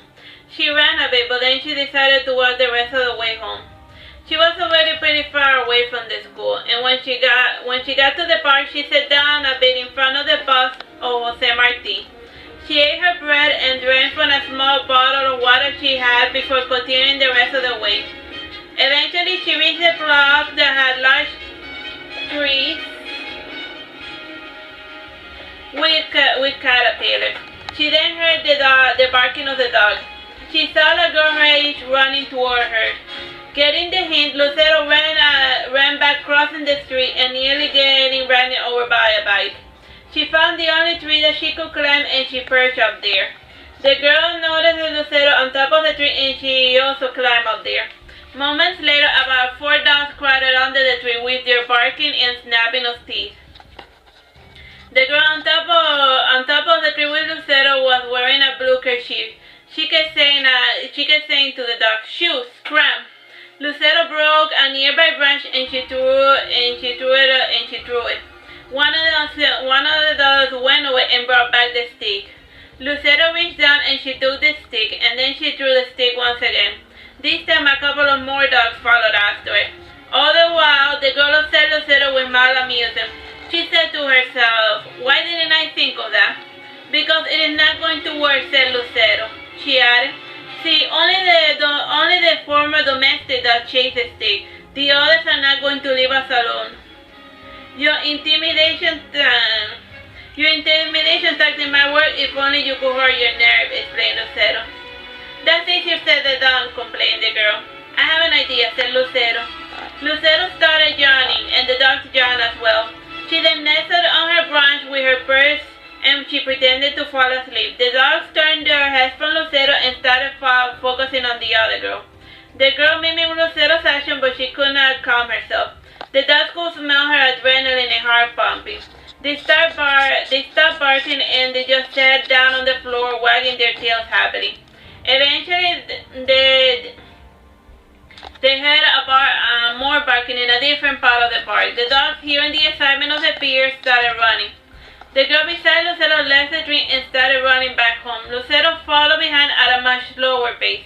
She was tired and she decided to just to power walk instead. As long as the girl was within her sight, Lucero could find her way back home. Despite taking this road many times, Lucero could not remember the way back. The only thing she did remember was that the girl was familiar. Lucero had met the girl on her birthday. After rattling her memory of it, Lucero remembered that she was called Jennifer, with a Y. It was one of the most common names at the time. Lucero knew about 5 other girls with the same name. This Jennifer was a year older than Lucero. She had black curly hair, cinnamon skin, and bright green eyes. She was in the regular habit of skipping classes. As for the dog, the impersonate person that had drawn their attention was an old man on a bike. He was not familiar with the stray problem in Isabel la Católica. I thought he had seemed like an easier target for Silver Eye. Silver Eye was the name that the children used to call the leader of the stray the stray dog pack. He was a 7-year-old mixed breed dog. The strays in Cuba have been crossbreeding for more than 40 years. Most of them were medium height, with a medium face and numerous different colors. As for Silver Eye, he had gray color, with a strong muscle body similar to a bulldog. There was some greyhound in the mix. Still, the snout was medium-sized in length and he had short, droopy ears. Despite his size, he was a nasty fellow. When he beat you, he did not let go. This was a testament to his bulldog great-grandfather. Most of the dogs in the pack were somewhat related to them, so they shared the same speed. Whenever a stray incidentally bred with a pedigree dog, some of the strays became more dominant. During Silver Eye's time, his father had bred with an elegant greyhound that had been smuggled from the United States. When the owner saw that the lady had given birth to something that did not look like a greyhound, he was sent to the street. His fierce attitude allowed Silver Eye to rise up in the canine society. Now he was the alpha of that territory. He had the triple combination of being swift, strong, and cunning. Though from strictly eyeballing the dog, he did not look remotely intimidating. None of the humans knew where the stupid dog had come from. Before they had a normal problem with strays, but when Silver Eye took over the pack, the situation became intolerable. Since he had buried his tactics, the people in Isabel la Católica were always in suspense. Still, he was most common on the parks during the weekday mornings. The reason for that was that there were less people running about. It was easier to peg off humans if they were in lesser number. Neither Lucero nor Jennifer were aware of this trend, and so they were at the mercy of Silver Eye. But now Lucero was almost out of the territory of Silver Eye. Before she got out, she heard a growling behind her. Slowly she removed her backpack and she placed it before her like a shield. Behind her was old Silver Eye. His mouth was red with fresh blood. Lucero took a step back and the dog took a step forward. She reached into her pocket and she took out a piece of bread she had not finished. Instead of throwing it at the dog, she held it out for him. Silver Eye, who loved eating bread, drew a little closer. He licked the bread and he started nibbling at it. Lucero took her other hand and she petted the dog. The dog lowered his ear when he saw Lucero's hand drawing closer. He relaxed somewhat when he noticed it was a simple pat on the head. Stray dogs rarely receive kind treatment. It was always yelling and the throwing of rocks or sticks. Lucero pulled back the bread a bit and the dog followed after the meal. Eventually she placed it gingerly on the floor for Silver Eye to eat. When she concluded this venture, she finished getting out of the park. She turned a corner on the block and then she stopped.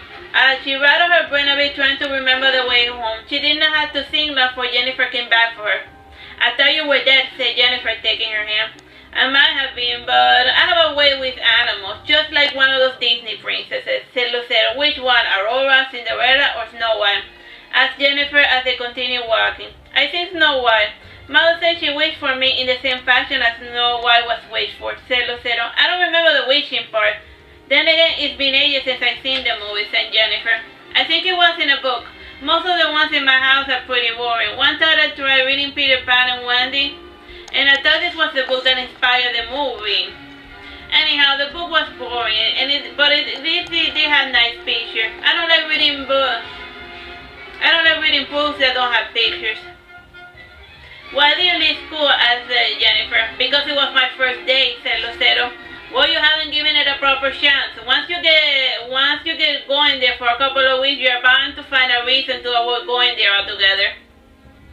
The boys and girls lift up your skirts whenever they get a chance. Some pull your hair, others take your books, and the teachers steal your lunch. I left because during this time of the month the teachers get more aggressive than usual. But why can't I study from home? Asked Lucero, because started thinking Jennifer. Eventually she came out with the answer that her mother told her, because Fidel Castro said so. Oh, I suppose that is a good reason, Mazzani, all things considered. She at least was pleased to know that it wasn't some arbitrary whim of her parents. Around the late afternoon, Angelica went to pick up Euphrasia. His day hadn't gone well. The teacher was making a big fuss over his calligraphy that seemed to get worse by the day. Euphrasia knew he needed glasses to see from across, but he was not keen on getting them. The reason was not bully related. Rather, he thought that his sight problem was something that would get better over time.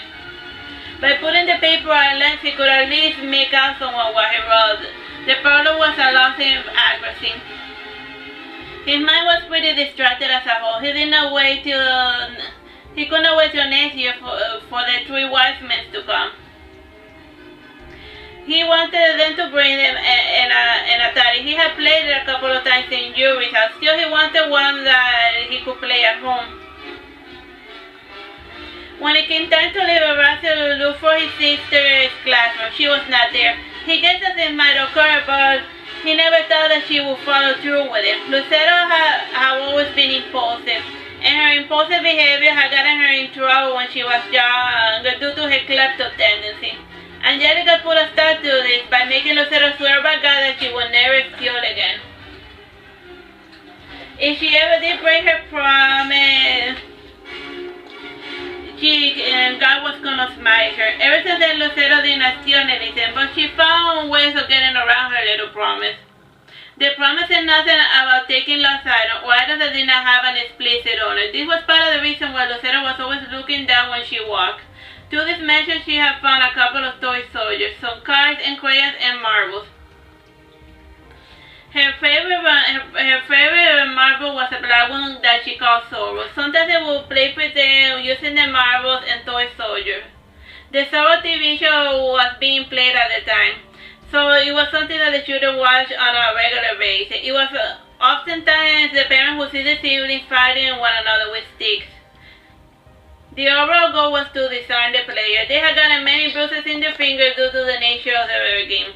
After asking around, nobody seemed to be able to tell Euphrasia or Lucero's whereabouts. Eventually, he had no other choice but to face his mother without his sister.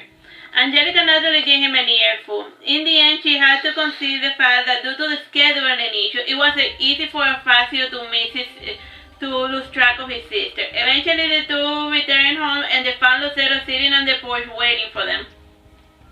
The next door neighbor was keeping an eye on her. The one who seemed the most despondent was Lucero. She had hoped that Irina would have let her in. However, the neighbors told her that Irina had left on a short train with one of her clients.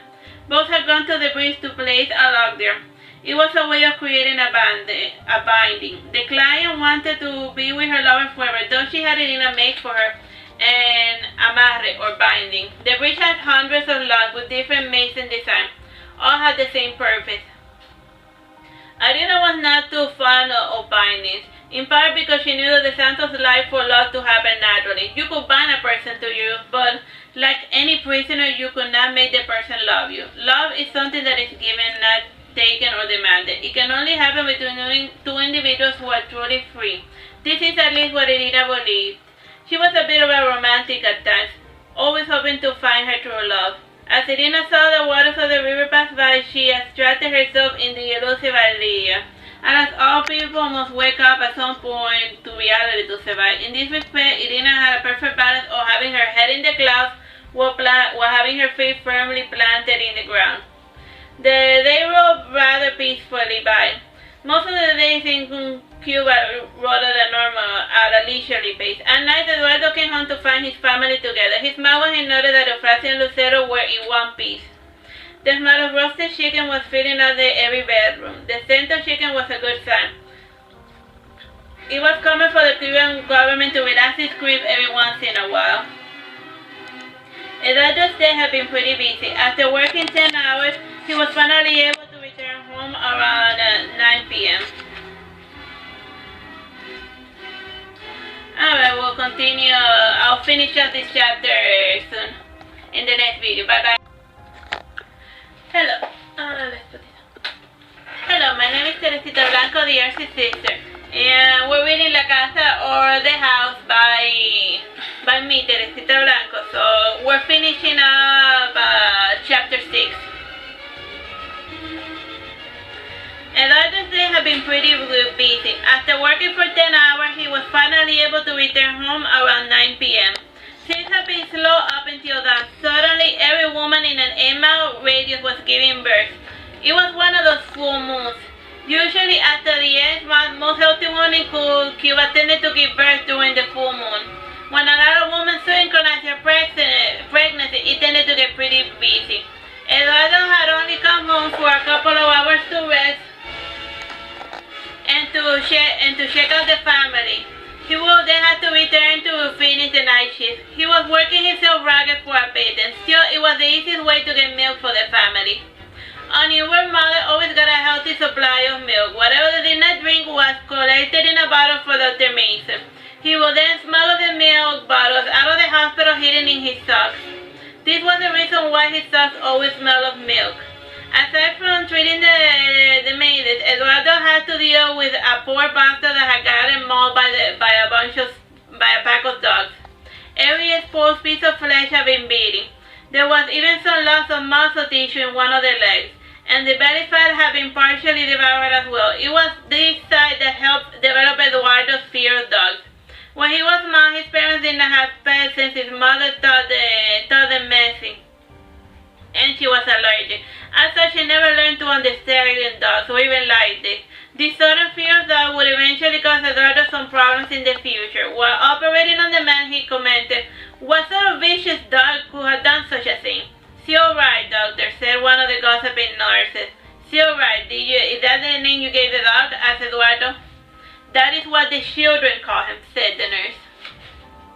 Alright, we finished the chapter, but let's continue reading. Chapter 7, The Ceiba.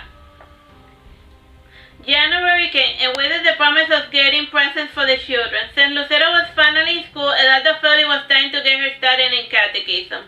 The cathedral where all the children were taken was uphill. It had an elegant baroque design, and it had a large grassy field and a couple of ceiba trees. The local witch doctors were of the habit of turning around the tree. As they did, they made their wishes. Their wishes, not their witches. The head priest was called Father Carlos, the head priest of the Catholic Church, not of the witch people. He was named after Saint Carlos. It was common for Catholics who entered the church to adopt the name of their patron saint. The nuns also followed in the same habit. He was about 57, of medium stature, with bald and white hair, with bushy eyebrows and expressive eyes. He was somewhat overweight, which as a virtuous sign that he was well connected. Nobody with connection ever went hungry in Cuba. Father Carlos would see the parishioners engaged in such paganistic practices, and he would shake his head sadly. Since those witch doctors had good connections, Father Carlos could do nothing about them. He could not even chastise them. He did not fear the curses, but he indeed worried about the harm they could do to him and his flocks in the real world. Through fear and right, the Santeros could compel their followers to entice the government to close up the church. Ideally, the Cuban government wanted to get rid of all religion. This was easier said than done. As things stood at the moment, the church, the Santeros, and the Cuban government had an unspoken non-aggression pact. Still, efforts were still being made to get rid of the Catholic Church for good, both within and outside of Cuba as well. For the moment, they were slowly infiltrating it. Father Carlos was one of the few true shepherds left in Pinar del Rio. The rest had been replaced by wolves. As for the Santero, many went to the cathedral and even took their hosts in their person. For them, doing this little ritual did not exclude them from the Catholic religion. If it was up to Father Carlos, he would have excommunicated them lot years ago.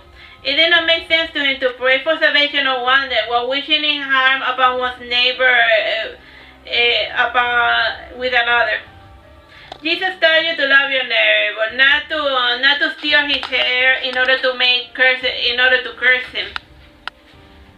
At the moment it was close to noon, the children were engaging in choir practice. It was the only time during the class setting that Lucero made a sound. This was in part due to her brother's presence. Whenever there was a familiar face, there was a metamorphosis in her general attitude. Certainly she was pleasant to be around with. Eufrasio liked choir practice. He used to sing the loudest because he wanted God to hear him. Today the nun had officially discharged Eufrasio from his choir duty. He did not care. He left singing rather loudly, "River of life-giving water, river of life-giving water." Since he started to depart, Lucero followed after him. The nun said, "You do not have to leave, Lucero." Lucero did not bother to turn around. She pretended not to hear her. The brother and sister left to sit beneath the ceiba tree. There was a pleasant wind and everything was peaceful in the church. From time to time, people dressed in white would come to do their little rounds. They gave a cursory glance at their children before returning to their worship and activities. Lucero said to her brother, "Do you remember when we were smaller? We used to lay down on the roof of the apartment to see the clouds pass by. We were small children," asked Eufrasio sternly. "I suppose, but don't you wish to go back to that?" asked Lucero. "I don't know. I have plenty of other things I could do. Then just sit down and see the clouds passing by," said Eufrasio, getting up. Lucero's face darkened. She rose from the ground and the children made their way back home. Aside from the church, the cemetery was also found in the cemetery. It was a somewhat of an uncommon tree. It was usually found in places of spiritual significance. It was common for Catholic settlements to build on top of the sacred sites of the Indians, but in Cuba they were called the Taínos. They would substitute other symbols and beliefs with their own, even if there were no more Taínos left in Cuba.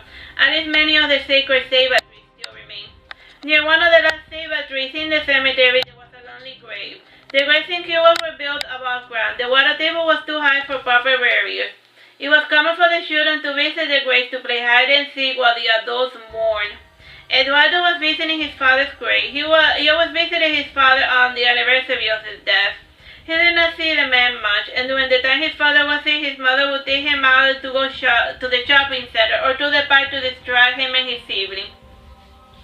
She felt that it would scar his small children if they saw the man suffering through chemotherapy. After many years, Eduardo barely remembered anything good about his father. He only had two vivid memories of the man. The first was when his father returned from his operation.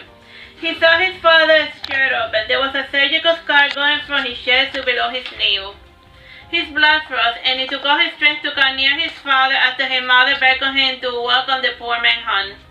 For some reason, Eduardo knew that his father was not going to survive. He did not have any hope on the matter. It just felt like a matter of time. Eduardo looked upon the gray marker of his father, and he read his epitaph aloud. He then slowly read the man's name. After remembering the incident with the surgical scar, Eduardo remembered the last few hours he spent with his father. It was common for Eduardo and his father to do laundry together. The man had told him that for the first time in a long time he was feeling better. When night fell, his father was rushed to the hospital. Days passed before Eduardo's mother finally told him that what he already knew. To make his mother feel better, Eduardo lied and he said that he dreamt of his father. He told her that his father was in heaven and in peace. In response to this kind gesture, his mother told him that his father's last words were, "You put the wrong medicine in me." When he was young, Eduardo thought the nurse had murdered his father. After he got to know the culprit nurse, he realized that she was just careless. She would thoughtlessly accidentally kill patient after patient, and nothing bad would ever happen to her. Her bad karma eventually caught up with her, and she did that because of the criminal negligence of a different nurse.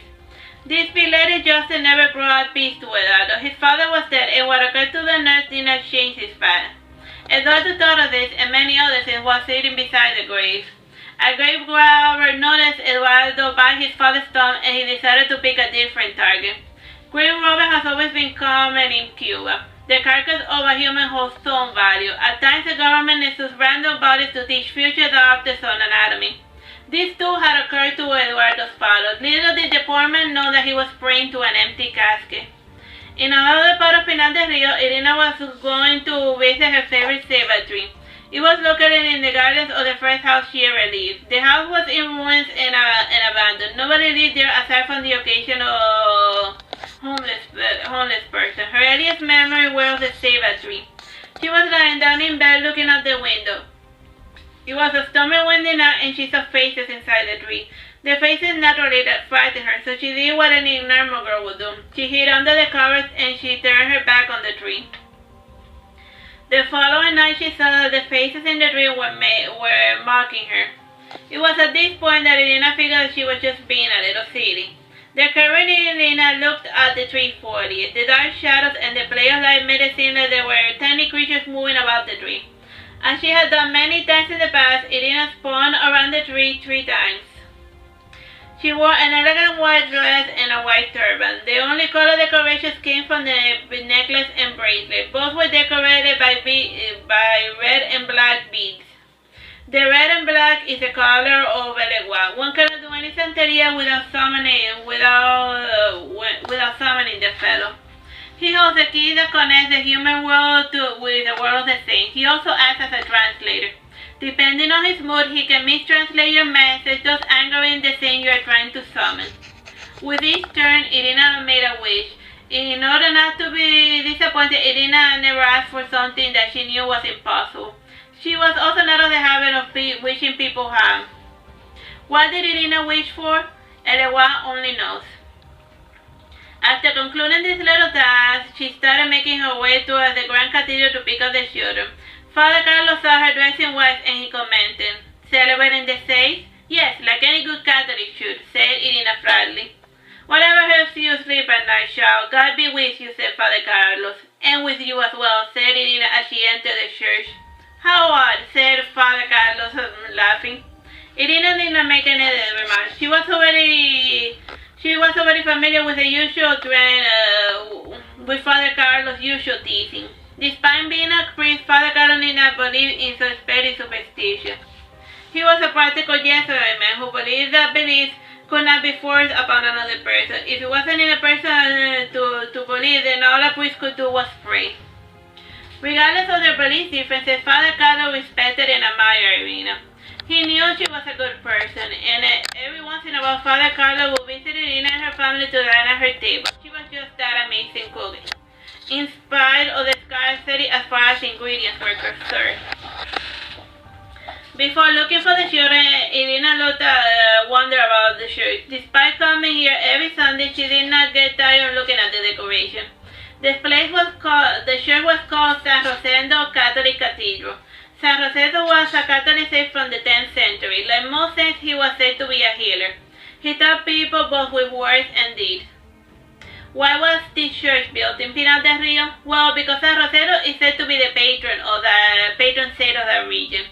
Each saint is believed to have a particular region or country that they care about. The region that has a patronage with a particular saint always has a church dedicated to the fellow.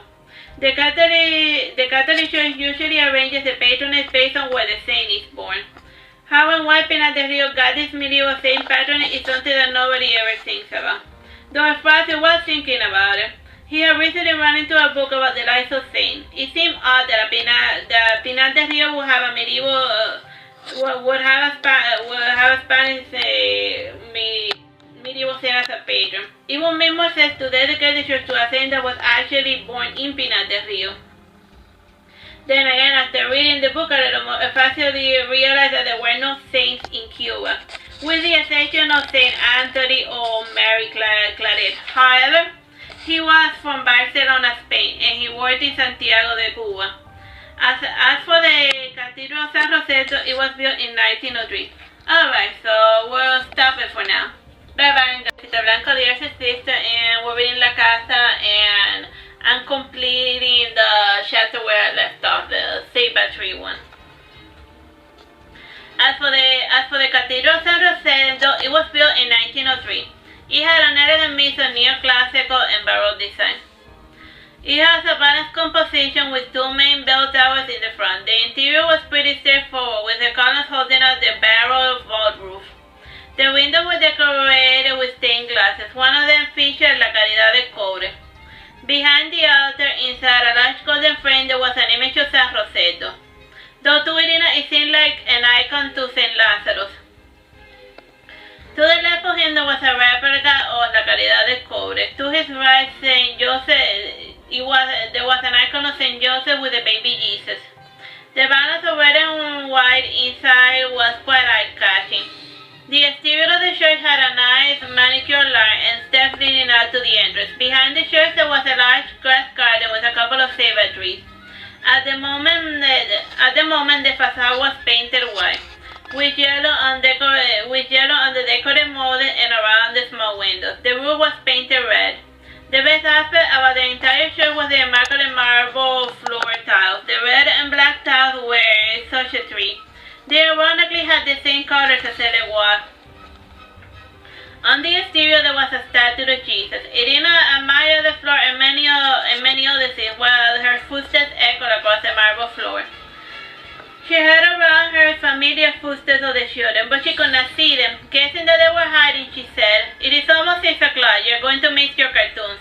Neither of them responded. It was then that Irina remembered that on the weekends the cartoons started earlier. She was forced to play hide and seek. After looking around a bit, she found her charger and she was able to return home. Along the way, Irina started remembering what the old altars used to look like. Before moving to Isabel Católica, the family used to go to the Cathedral of San Vicente. It was common for people in Cuba to marry to a specific church. Even if they moved, they always tried to visit the same place. Irina was never much of a church-going type of person. She had not even bothered to have her children baptized. She had only started going there regularly when she moved in with Angelica. Angelica had become Catholic thanks to her cousin. By the age of 11, Angelica was already baptized, and by 13, Angelica had her confirmation. Irina didn't mind the change of religion, since to her Catholicism fell under the big umbrella of Cuban religiosity. She was just happy that her daughter had finally found something to believe in. The old altars were made of lovely wood. One day, Father Carlos was putting a candle for San Rosendo when the weight of the candle caused the wood to collapse. This caused the big saint to fall on the fellow, who caught it before it smashed on the floor. Lo and behold, the altars had been attacked by wood's ancient enemy, the termites. The altars were fixed by a pious man named Jesus Garrido. He had started life as a military man, but he changed to architecture. He designed the new altars and oversaw the repairs. He died in July 1981. He was on his way to fix a church in Santiago de Cuba when he suffered a car accident. He was stable at the hospital.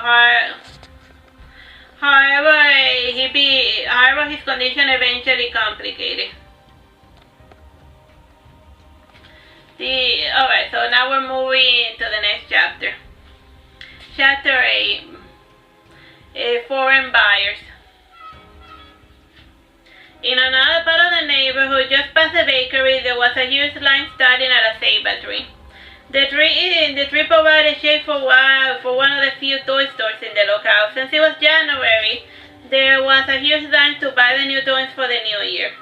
The latest ones are usually released in January. Each year, each family is allowed to buy a main toy and 2 other toys for their children. Just as the food is rationed, so too are the toys. The reasoning behind it is pretty obvious with the forced egalitarianism and whatnot. Still, equality is only forced on the people, not on the citizens, and not on those in power. Influence is indeed the true currency in Cuba. Anyhow, waiting in line like the rest of the mere mortals was Angelica. She sighed as she noticed that she was just at the entrance. She reclined against a nearby ceiba tree, only to flinch away from the spiny thorns. She noticed that there was hardly anything to take home. It was then when she heard a friendly voice that said to her, "Teacher, how's it going?" "Hey, Fade, how you doing?" said Angelica. The pair hugged and kissed on the cheek, as was the customary greeting among friends. The man standing before Angelica was named Mamadou Fade.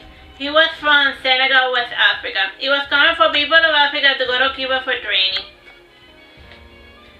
Cuba Cuba had a strange relationship with the people of Africa. It was one of those works in progress. One of those little side projects of Fidel Castro. In Fidel Castro's early days, he campaigned a lot for the liberation of the African people. It was part of the reason why a lot of people from Africa and even African Americans wore chest shirts. All they knew was the propaganda that Fidel Castro had fed to them. Anyhow, Mamadou was 5'4" with amber eyes, short curly hair, and ebony skin.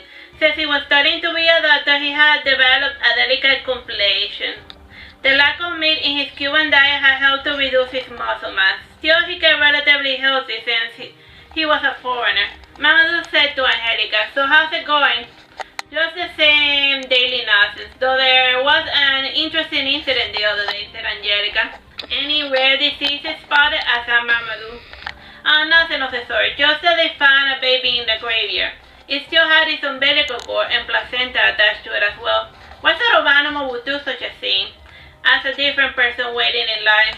"That's what the CDR is trying to find out," said Angelica. "Did the baby die?" asked another gossiper. "The baby's fine, and she's healthy. The baby girl is fine and she's healthy. If it was a boy, he would have died," said Angelica. "How so?" asked Mamadou, curious. "Well, it is just from my experience that things that normally kill babies seem to kill baby girls a lot less," said Angelica. Said a fellow behind Angelica. He added, "I had noticed the same thing in poultry." "Maybe baby girls are just born stronger," said Mamadou. "It must have something to do with the estrogen, or the fact that it is the same gender as the mother, so the body doesn't see it as alien," said Angelica. "It is stuff for concern when the antibodies do that," said Mamadou. "More the pity," said Angelica. "I don't get it," said a fellow behind Angelica. "Nor are you supposed to, little man," said Mamadou, smiling wildly. He added, "I could spend the rest of the day explaining it to you, but I am not one to amuse strangers for very long, so if you're bored, have the courtesy to intrude in someone else's conversation." Mamadou lingered beside Angelica for a bit. He enjoyed talking medicine with her. It served as a good refresher for his exam. His professor was knowledgeable, but a little cynical with his explanation. At least Angelica did not make him feel like an idiot. When they reached the end of the line, Angelica was disappointed by the slim piggy. Shaking his head sadly, Mamadou said, "What a shame." The farmer said, "If there's nothing you like, pick something cheap and I will trade you some toys for compota." "Fine," said Angelica. Compota was a type of baby food that cared well. In a pinch, it could provide a good source of a good nutritional supplement. Angelica acquired 6 toys for her children, and since the farmer had boys, she picked some cars, marbles, and plastic machetes. Machetes have become quite a popular toy among boys thanks to Elpidio Valdez. All his episodes ended with him doing a mad charge with his army while wielding his machete. The farmer followed Angelica to her home. Mamadou followed along because he was formulating a plan. One could almost hear the gears of his head working. By the time the exchange was done, he had come up with a plan. When the farmer left, Mamadou pulled Angelica to the kitchen. He frowned when he noticed Irina staring daggers at him. He moved to the back garden with Angelica, and the two of them were shocked to see Eufrasio and the penguin playing with fire. They were burning paper right next to the gas tanks. Angelica, shocked, said, "Give me that. You want to blow up the house?" She took the magnifying glass from her son and she placed it inside her pocket. Frowning, Eufrasio said, "I'm bored." "It is better to be bored than dead. And if the gas tank gets even a little bit of fire, it will go kaboom, killing everyone in a 6-mile radius. You want our death on your conscience? What would your God say? That it was an accident, that you were bored? Also, it's mean to... Don't do it again, you hear?" said Angelica. "Okay," said Eufrasio. "Do not talk back to me," said Angelica, folding her arms. Eufrasio said nothing. "Tell me you understand," insisted Angelica. Eufrasio opened his mouth to say something, but instead he nodded in response. Angelica hugged her son and she said, "I'm just messing with you. Go play in the park, you little fire starter." Francis went out of the house along with the penguin. We both should and got, Mamadou said. Well, about my plan. What are you scheming now, said Angelica. As you know my position and the current climate of both here and back home, it would do me well to be seen with a lady such as yourself, said Mamadou. I'm thinking you're overthinking things again, said Irina. This is Cuba, nobody cares. But there are people from back in my village who know me, and who have been spreading false rumors about me. I need to nip this problem in the bud before my parents catch wind of it, said Mamadou. I don't like where this is going. I'm a married woman, said Angelica.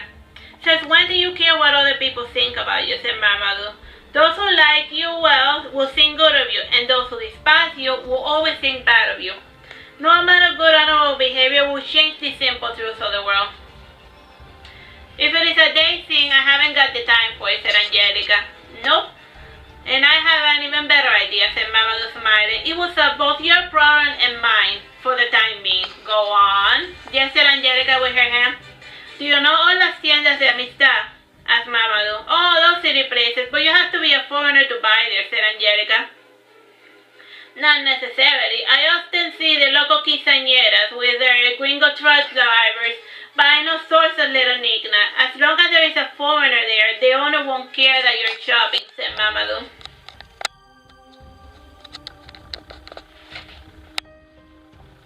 Angela agreed to try her luck in las tiendas de amistad. There was one a few blocks away. Before heading out, Angelica thought it would work better if she looked the part. Angelica put on a black skirt that was cut to the left way past her knee. She tucked in her shirt and she wore a bulbous silk shirt that was pink. The cut of the chest went past her breast. She removed her bra and she puffed up her hair. For the final touch, she put it on pink heels and a golden belt. The makeup was simple with just an eyeliner and red lipstick. When Arina saw her daughter exit the bedroom, she could not help but comment, "You look like a whore." "That's the idea, Mother," said Angelica.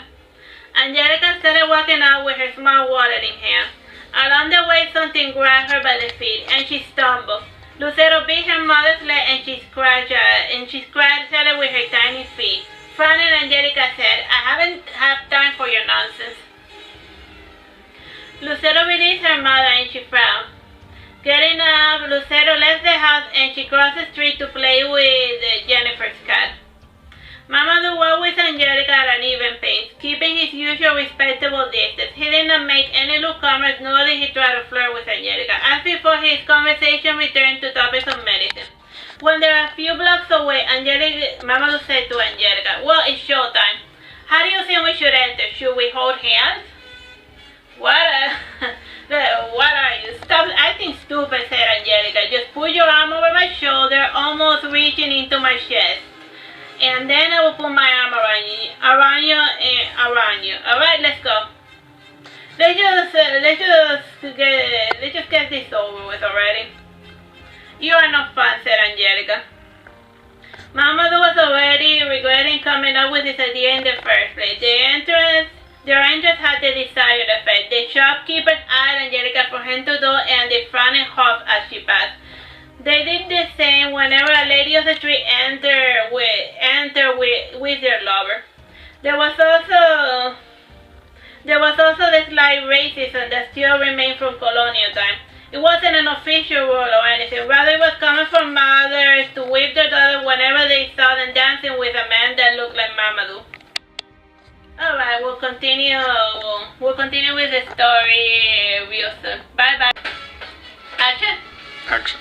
Alright, here we are continuing with the chapter, foreign buyers. It's the fourth recording of the day. This number is more for me to remember the order. Get on with it. Not deciding to linger there, Angelica made her way towards the toy section. The first thing that drew her attention was a bicycle. This one made her short and a bit more active, but there was no guarantee that they would not get run over, and then there were the dogs to consider.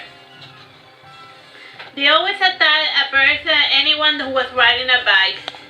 It was then when she shifted to a tricycle. Lucero was just at the right age to use one, though she was a bit tall for her age. Angelica got the tricycle, and Mamadou brought it to the front of the store. He waited there at the counter with a big smile on his face. The lady said to Mamadou, "It doesn't take much to please her, does it?" Mamadou said, "Quo, viene salope." The lady in the counter figured that Mamadou only spoke French.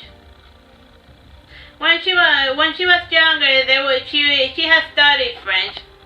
And then when she changed schools, she was studying Russian. And by the time she made it to university, Mandarin was in style. As far as foreign languages were concerned, the Cuban government never committed. Like a butterfly, they hop from one language to another, never truly learning one. Mamadou stood there and he waited. Eventually, he recognized somebody from his village that also went to his same school. The two started talking in their native language, Bayot. The fellow asked him, "That's a wife of the professor." "And your point is," said Mamadou. "No, nothing. Is she any good?" asked the student. "As good as any other local, for real. She's at least experienced. And she's not boring, unlike those young maidens you like so much, who say much but do nothing at all." The conversation followed its usual trend. All guy conversations about their lovers are pretty much the same. While the men gossiped, Angelica picked out other items. She would have taken the whole store, but the manager lady said, "It is only 3 toys per children." Resigned to her fate, Angelica was forced to narrow her choices. So she got from the store the tricycle and a Barbie and a Atari, and a set that came with a mace, a sword, and a shield. Oh, and she also bought a giant car. Mamadou looked at the large charges and he rolled his eyes. He figured that he would have to carry them. He said to Angelica, "The tricycle is fine, but do you really have to buy your son a car?" "I always wanted one since I was little, and since I will never be able to afford one, at least my son can have fun with this giant plastic one," answered Angelica. Mamadou strapped to his back the large green MGB Roadster. He could hear the paddles rolling inside. On the other hand, he carried the tricycle, and in the other, the set of plastic weapons. Angelica carried the box with the Atari on one hand, and the other 2 boxes with the dolls.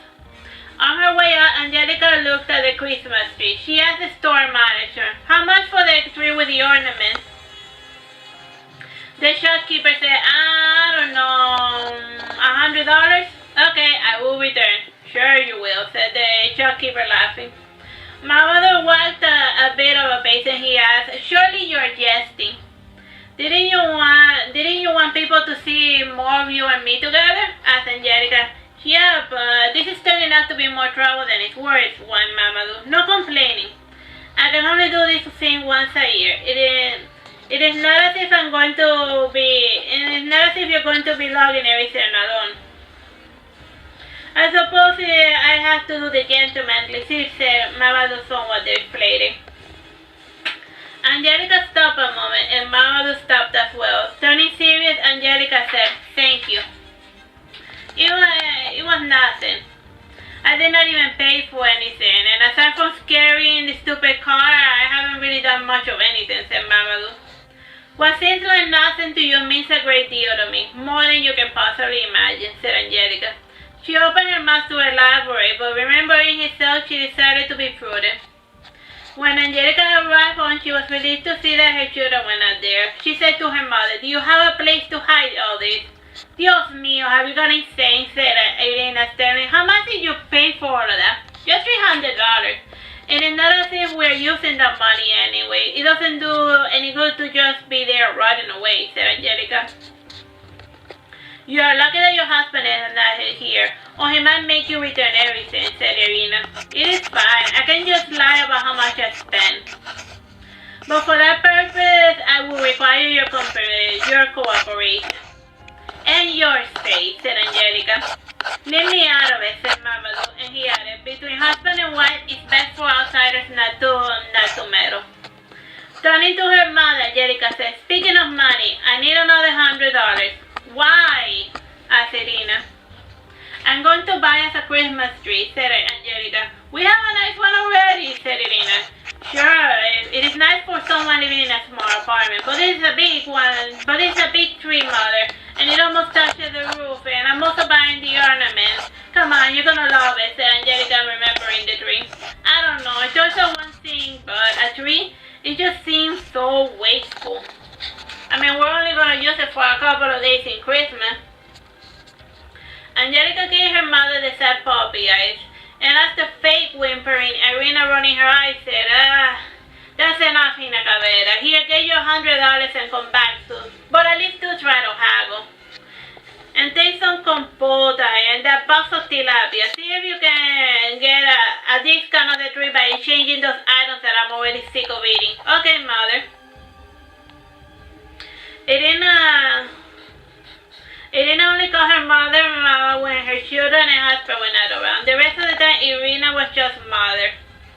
As for Hina Cabera, she was a famous Cuban actress from the 1940s and 50s. She was famous for refusing to kiss her husband on the lips after saying the word "I do."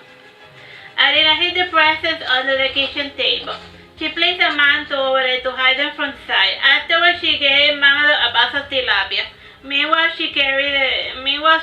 Angelica carried the compotas. Mamadou was already sick of the entire enterprise, but he was a man of his word. He would carry out his task, come what may. Along the way, he saw a pack mule, and he felt a sort of kinship with the animal. It was close to dusk when the delivery was concluded. Since Mamadou had taken longer than he had planned, he decided to stay in the neighborhood with some distant relatives who lived a few blocks away. But before heading out, he decided to try out Irina's delicious cooking.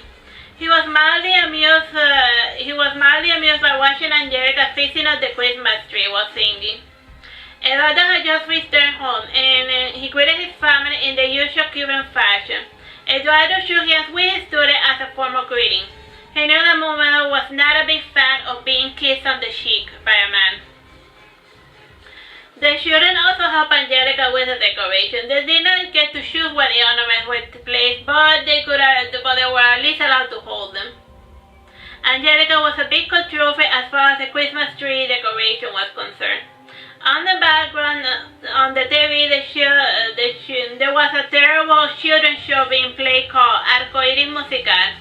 It usually ran on Wednesday. This variety show was rarely watched. Mamadou asked Eduardo, gesturing to Angelica, "Is she always this cheerful?" "Most days. She doesn't smell like cigarettes, so I'm starting to think that this is a Christmas miracle," said Eduardo.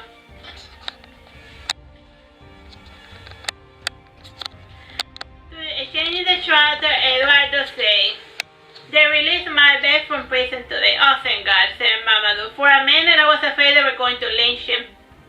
"This is Cuba you're talking about. They do not lynch people.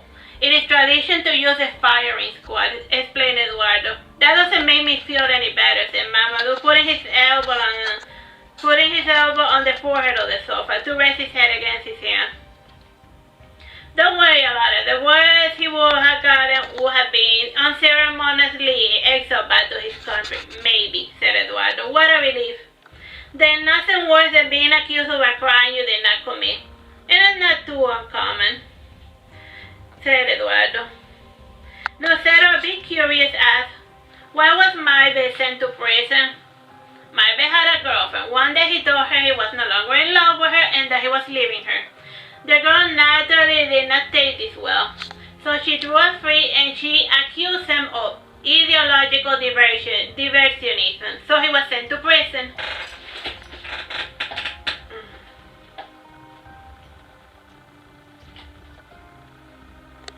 Dinner time came, and with her she returned to the house. The only minor mishap came in the form of a light bulb breaking and falling on top of the bed. Since it happened during dinner, it did not harm anyone. When the tree was finally lit out, it flickered in a strange fashion, almost as if there was not a steady stream of electricity. Mama Lou said, well, I didn't do that before. Oh, well, whatever. At least you got your Christmas tree. I'm going home. Good night, Mason family. Good night, Faye. Say they shouldn't have bothering to get up. Angelica said, don't be rude. Say goodbye properly. It's fine, said Mama Lou, joining. At this hour and on this food, I don't really care about such pleasantries. Good night, Faye, thank you, said Angelica, kissing her student on the cheek. No, thank you, Mrs. Mason, said Mama Lou after returning the kiss. With a sign of cordial friendship, Mama Lou left. The night air felt thick and humid. There were dark clouds gathering. There was a faint mist coming down from the abandoned house where the dogs lived. Mama Lou trembled a little while as he worried about the very real possibility of getting mauled by the stray dogs. There was no sound of dogs barking, though they never barked when they were on the prowl. Mama Lou heard a strange creaking behind him and the sound of a bell. And when he turned around, he saw a fellow who said to him, "Toasted peanuts?" "Geez, isn't it a bit late to be peddling that?" asked Mama Lou. "Well, there was an election in La Calle Real, and so I was there pretty busy most of the day. Only now I was able to make my way back home," said the traveling peddler, which reminds me, toasted peanuts? Alright, how much time do we have left? 2 minutes and 50 seconds. Yeah, let's just call it a day. Well, I hope you like what I read to you so far. Bye-bye, and God. Now action. Hello, my name is Teresita Blanco, the Artsy sister, and today we're going to be continuing La Casa, or the House, written by me, Teresita Blanco. Chapter 9. The Silver Goblet. Spring came and with it the same daily sameness. It was the year 1983, and Fidel Castro had awoken in a particularly happy mood one cold April morning.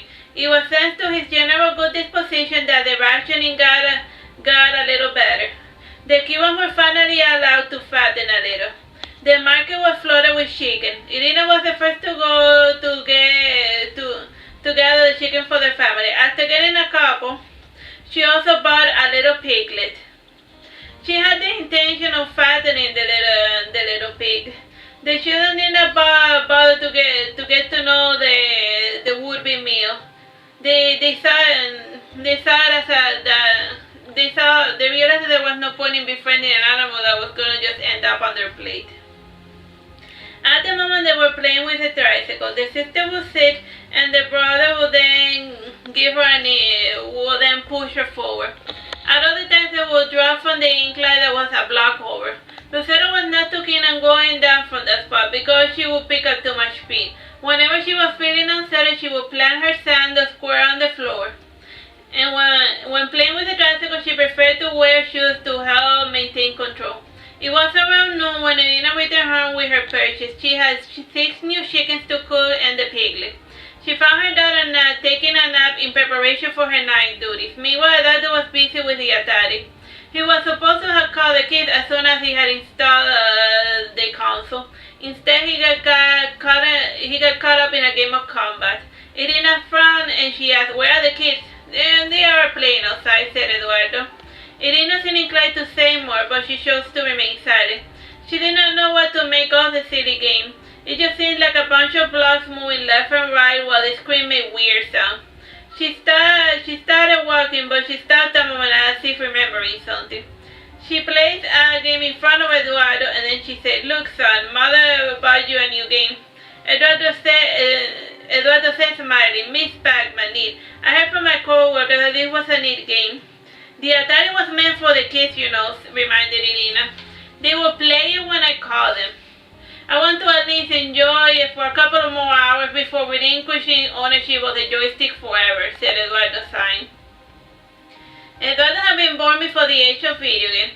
He would have been a gamer had such systems come out sooner. Now at the age of 41, his inner child was reawakening. The feeling was only temporary. He eventually rose from the ground with a heavy step. He went to the window and he called for his children.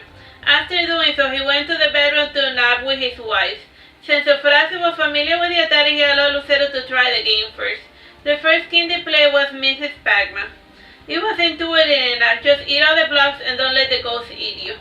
The game Miss Pac-Man was actually rare in Pinar del Rio, though through it, Ofracio and his sister were able to play many other Atari games. There was no game rental stores in Cuba. If the kids wanted to play new games, they just had to trade it with each other. It was common for kids to discuss what games they owned in the playground. When it came time to buy new games, they tried to get different ones from one another. This could only be done among best buddies, and Efracio by now had 4 of them. Lucero had friends as well. Aside from Jennifer, Lucero had a new friend. Her name was Jasmine Perez, and she was a 3-year-old toddler, the daughter of Efracio's teacher. The girl had black hair and bright gray eyes. Lucero played with her the same way she would play with her own dolls, by brushing her hair and picking out clothing for her. At all the time she would let Jasmine ride on her tricycle, or she would give her a piggyback ride. To Lucero, Jasmine was a living doll, and Lucero only got along with children that reminded her of inanimate objects. As for Jasmine, she was a little attention star since her mother had gone back to work. Since Lucero was tough for her age, Jasmine used to call her Big Girl. They usually played in front of the porch of Mrs. Perez's house. The hours rolled by rather slowly inside the Mason house. Eventually, there was a symbolic knock on the door. It was symbolic because the house was usually open during the morning to allow the breeze to permeate the house. From the kitchen, one could see the entrance of the home when all the doors of the garden were open. Elena saw a familiar set and she said, "Ignacio, come in." Ignacio was a farmer from La Palma, and he had one of those extremely long last names and middle names too. For the sake of brevity, he would be called Ignacio Lopez. He was 57 years old, stout, short, as was common of people who descended from Galicia, Spain. He noticed the children playing. He gave a cursory look to the television, and then he returned to the task at hand. He asked, "Do you have the thing?" "Yes," said Elena, handing him a brown paper bag. She added, "Don't forget you have to throw it in the river, otherwise it's not going to work." "I thank you," said Ignacio, removing his hat and bowing. "Oh, Ignacio, you're far too simple for your own good," said Elena, returning to the task she was performing before Ignacio's arrival. She had been busying herself by polishing the silver. She was currently making some headway on the silver goblet. Ignacio asked, "Where do you get such a goblet?" "I found her. There was a crack in the back garden floor, and when we lifted it out, we saw a cache of silver hidden away," lied Irina. "Do you think there could be more loot hidden around here?" asked Ignacio. "It is possible, but there's no way to know for certain without opening random holes all over the house," said Irina. "Maybe there is another way of finding out," said Ignacio, thinking aloud. "Well, if you come up with a solution, I will be quite happy to implement it," said Irina. Ignacio left the house quite thoughtful. A month passed, and Irina had completely forgotten about the conversation. One day, Ignacio made another appearance. He only came down to Pinar del Rio when he needed something. When he entered the house, he had a large backpack. Some of the visible objects included a pike, a shovel, a lantern, and a metal detector. He also had headphones. He started scanning the floor and over the top of it, and eventually made his way to the kitchen. Angelica, who was home, was the first to react. She said, "What in the world?" "Ignacio, what are you doing?" asked Irina. "I'm looking for silver. I did as you asked. I went home and gave it some thought, and after I threw the spell into the river, the same revealed to me the solution as to how to find all the hidden loot in your house. You see, this is a metal detector, and I'm getting some strong readings over here. I'm listening for cobalt, or maybe iron. No, I'm certain it must be nickel. It is quite smooth, so it must be man-made. I am certain of it." "Look, you crazy person, you are not digging a hole in my kitchen," said Angelica sternly. "I beg your pardon. Your mother asked me to look into this." "I did no such thing. Look, whatever I may or may not have said, it was purely in jest. I am certain of it. I never asked you to dig holes in my house," said Irina. "Don't you remember the silver, the goblets, the hidden loot?" "Oh, wait, now I remember," said Irina, laughing. "One cannot simply joke with you, Ignacio, and I am ever so sorry that you went to all of the trouble of getting the metal detector." "Oh, I see, so there isn't any treasure?" asked Ignacio, deflated. "Nope," said Angelica, almost apologetic. "If it makes you feel better, I can make you some dinner. You must be starved after walking all the way with all of those heavy objects," said Irina. "I look forward to this," said Ignacio, putting down the backpack and moving the metal detector to the side of the garden. Meanwhile, Efracio had gone into the kitchen to open the fridge. Inside, he found the silver goblet with gelatin inside. He placed his index finger inside the gelatin. He noted that the texture was still not there yet. He lit the red liquid of the tree and he tasted the sugar lightly. Other silver goblet served no other purpose. How much time is there on the clock? 6 minutes and 27 seconds. Alright, so let's continue. So we're like continuing now. We're in chapter 10. Like, that one was a short chapter. It was called Little Park. Aside from the Cathedral of San Rosendo, the family went from time to time to the Hermit of Charity.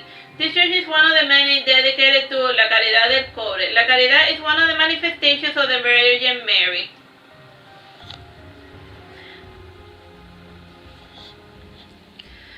Her name refers to a region in Cuba known as El Cobre, or the Copper. Her name literally means the charity from cobre, or from copper.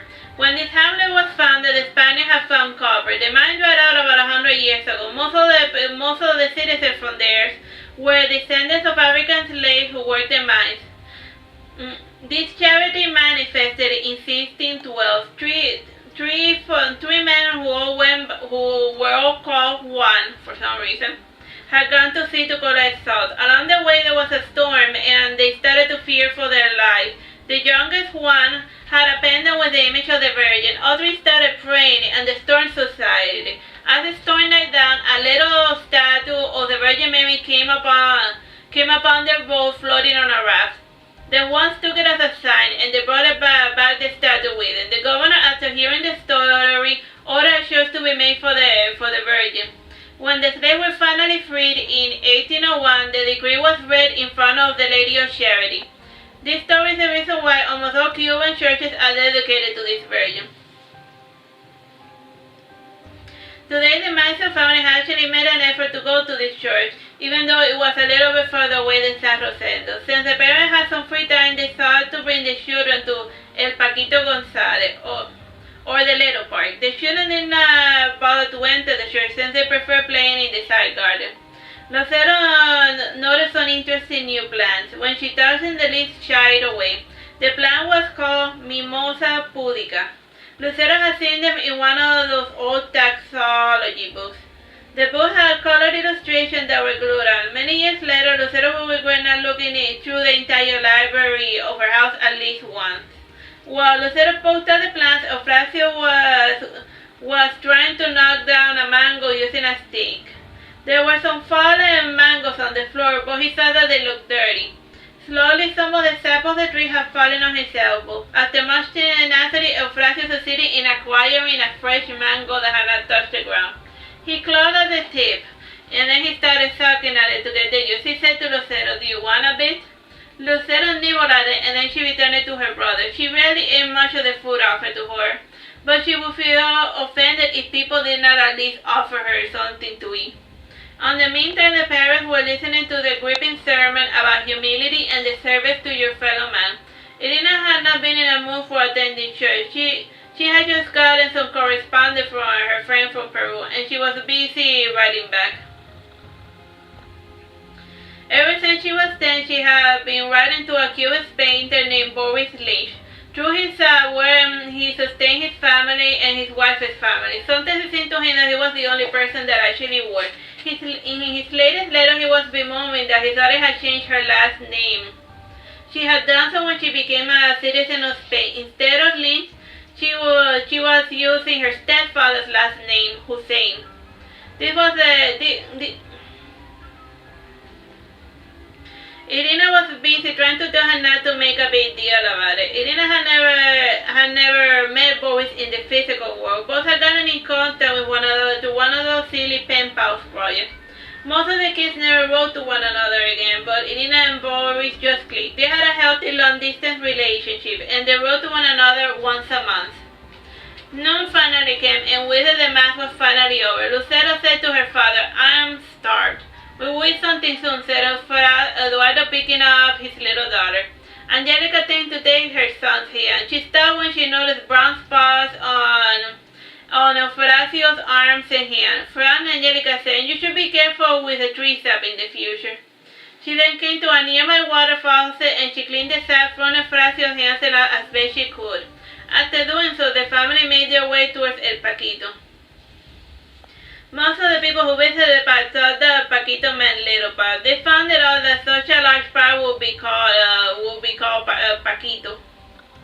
El Paquito González owes his name to a pionero or pioneer student who died in 1933. At the age of 12, he was part of the Communist Party. During one of the little marches, he was shot to death after causing a riot during a funeral procession. The park itself had a carousel, a skydiver, a rocketplane, and some swing boats, and the ever popular teacup. Oh yeah, the time, bro? Hey, you have less than a minute. Oh, well, I guess we'll continue this chapter later. Bye-bye. Hello, my name is Teresita Blanco, the Artsy sister, and today we're reading La Casa. And we're continuing with chapter 10, the little part. Alright, so this number 2 is for like, so that I remember what proper order to stop. Alright. Only the carrousel and the skydivers worked. The swing boats worked too, but only because they were made of iron. There was also the merry-go-round, the teeter-totters, the meadow slides, the swings, and the animal springers. We're talking about park rides. There were a couple of vendors in the park selling sweets and pizza.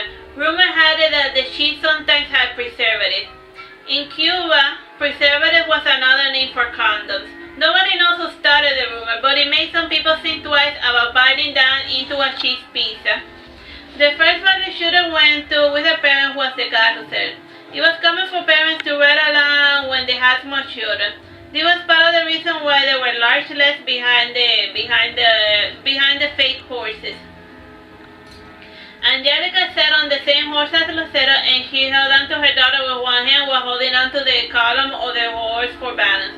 Efracio could be trusted to hold on to their lives, so Eduardo sat down behind him.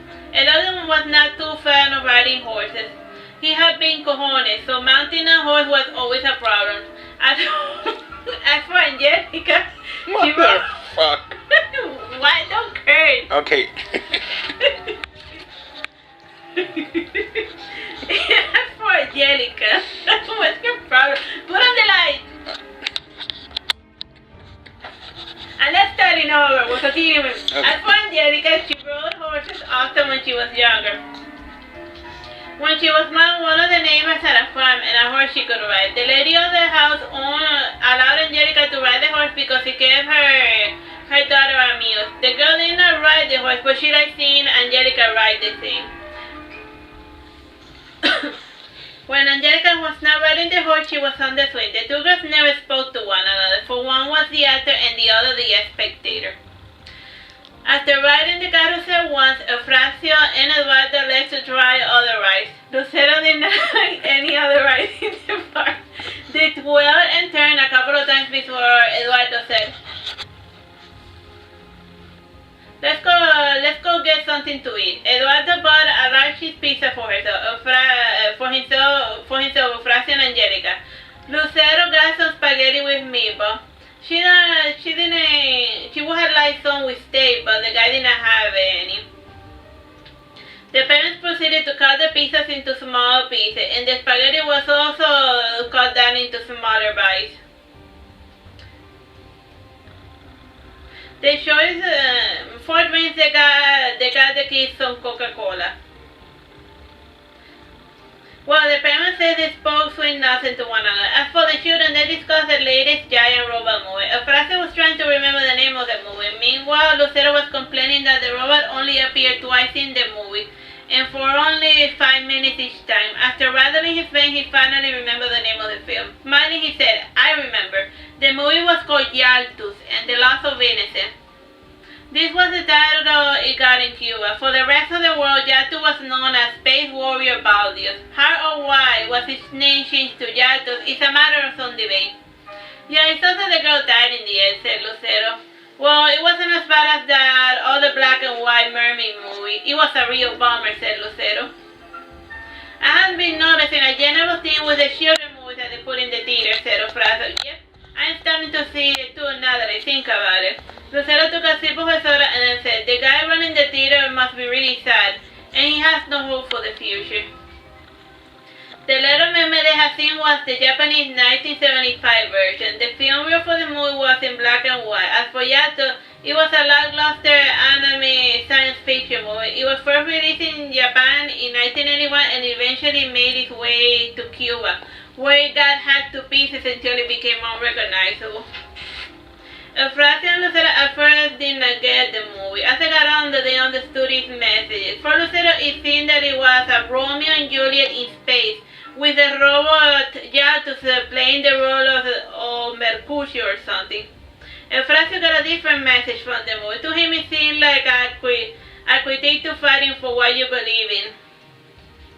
That fighting for your ideals just gets in the way of true love.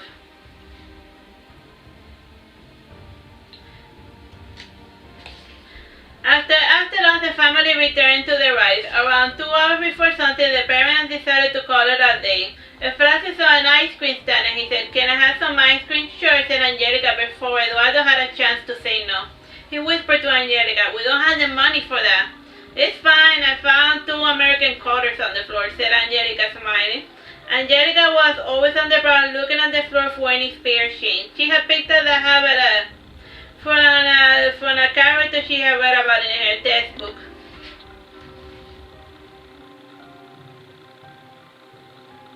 Lucero walked a pace ahead of the line. She noticed that the vendor only had chocolate ice cream. Since she did not like chocolate, she said to her father, "Well, since they don't have the ice cream I like, I'm going to the Cachumba best. You can find me there once Eufrasia finishes eating." Eduardo did not hear that because he was bickering with his wife about money. After waiting in line for 7 minutes, Eufrasia got his ice cream. Eduardo asked the vendor, "Do you have any strawberry ice cream?" "No, just chocolate," said the vendor. Eduardo turning around said, "Well, I'm sorry, Lucero. We can get you some cotton candy if you..." Angelica said funny, "Where's Lucero?" Eufrasio, feeling terrible, shrugged his shoulder in response. With heart palpitations, Angelica cursed in the typical Cuban fashion. And Eduardo smiled. The dish came in the form of me llevan, which meant that they were taking him to hell. They started looking about for the little girl while yelling, "Lucero, Lucero, has anyone seen a little girl?" Each person they ran into, they asked, "Have you seen her? She's small. She's wearing a white dress with green polka dots." Eufrasio was dragged along by the hand of his frantic mother. She kept whispering when she was not talking to anyone. "Such an idiot, I should have known. Should have never trusted her to stay put." "Mom," said Eufrasio. "Not now," Eufrasio said Angelica. Eufrasio stopped and yelled, "Mom." He had dragged her to where he thought he knew where his sister was. He found her in the teeter-totter, or seesaw, or what she called the cachumbambe. Seesaws are usually a 2-person deal, and since Lucero gloomy face did not inspire much confidence, she had spent quite a couple of minutes waiting for a kid to complain with her. In the end, an adult sat with her in the seesaw, in the seesaw to play with her. This person was Judas Ramirez, and he was their next-door neighbor. Wait, the naked karate guy? Oh, he was wearing clothing this time. Oh, okay, good. Okay, go on. An adult sat with a little girl in the theater. Okay, moving on. From time to time, he would see the girl looking through a picture book outside. He wanted to be. From time to time, he would see Lucero looking at a picture book while she sat outside the house. He wanted to be friends with her, but he had enough sanity to know that this could not be so. Judas was no longer a child, so his only option for friendship were either his elders, his contemporaries, or his cat Mika. Judas was not aware of this, but he showed an interest in Lucero because she reminded him of his childhood crush. The day he was going to confess his feeling to the girl, he saw her frolicking with the teacher. This was a big disappointment for Judas, and it was not too uncommon for girls to seek out their more. And so she went out uncommon in Cuba back in the day. Okay, let's move along. Judas was currently living with his sister and his great aunt. From time to time, he had a semblance of a normal life. This was one of those days, and he was currently going on a date with a teacher and her 3-year-old daughter.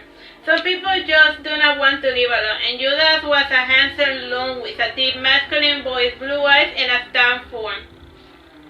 Since he spent a lot of time training in the garden, his skin had a healthy tan glow. When he was not punching the walls or bricks, he would spend his time playing with his cat. He also practiced boxing with the little critter. He never so much as went as far as punching his cat. Rather, he studied the technique that my cat would use and then try to apply it to his form. When he spotted Lucero, he was standing bored, waiting for Miss Perez to get off the carousel with her daughter. Angelica came to Lucero and she said, "Don't run up by yourself." Was still going up and down, Lucero said, "I did not run up. I told you where I was going, but you never listened." "We are going home," said Angelica. She gave a glance at Judas, and he got up slowly from the seesaw to make certain that Lucero wouldn't fall to the floor quickly. Angelica knew of his condition, and she knew that it was best not to rattle out someone as crazy as he was. Instead, she pretended that he was not there. Judas was used to people pretending that he did not exist, so he did not take offense. He saw Angelica carrying Lucero away with one hand, and with the other she dragged Horacio. It took another hour to locate Eduardo, who was running around up and down the bank like a maniac. The family reunited by sunset, and so they walked home together. How much time do we have in the... 4 minutes. Alright, here we are. We're continuing now to chapter 11. Oh look, the music stopped.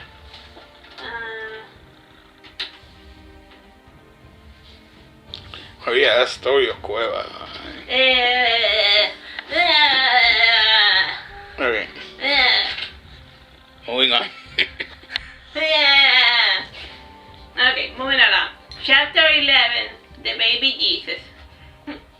Oh god, that one's even worse. Okay, go on. Whatever, this is fiction. Fiction. It was late spring and the family was... Oh yeah, let me just drink some water. It was late spring and I'm very drunk.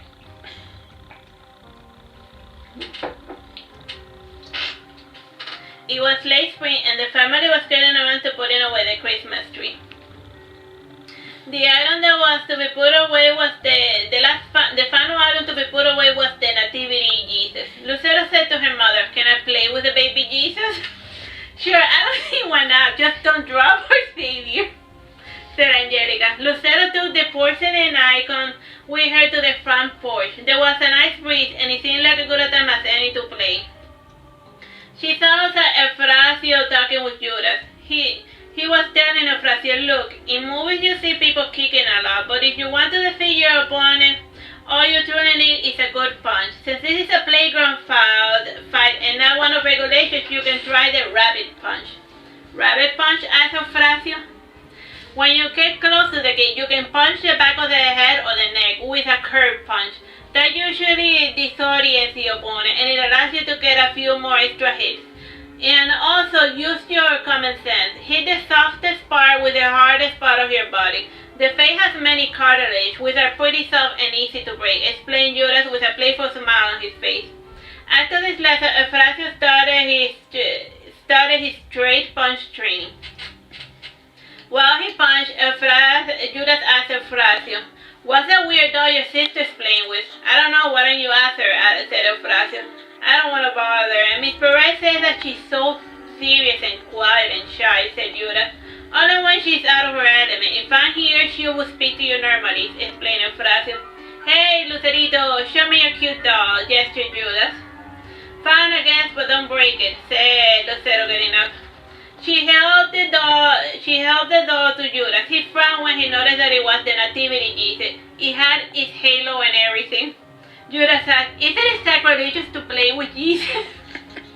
"I don't know. An icon is just a piece of stone. We worship what it represents and not what it is. So if she treats it like a normal baby and not baby Jesus, I think it'll be fine. Maybe. I don't know. The Bible is contradictory among things like idolatry," explained Eufrasio. I don't really get all that religious mumbo-jumbo, said Lucero. Me neither, admitted Judas. Can I ask you a question? Asked Lucero. Sure, said Judas. Where did you get those scars? Asked Lucero, pointing at Judas' wrist.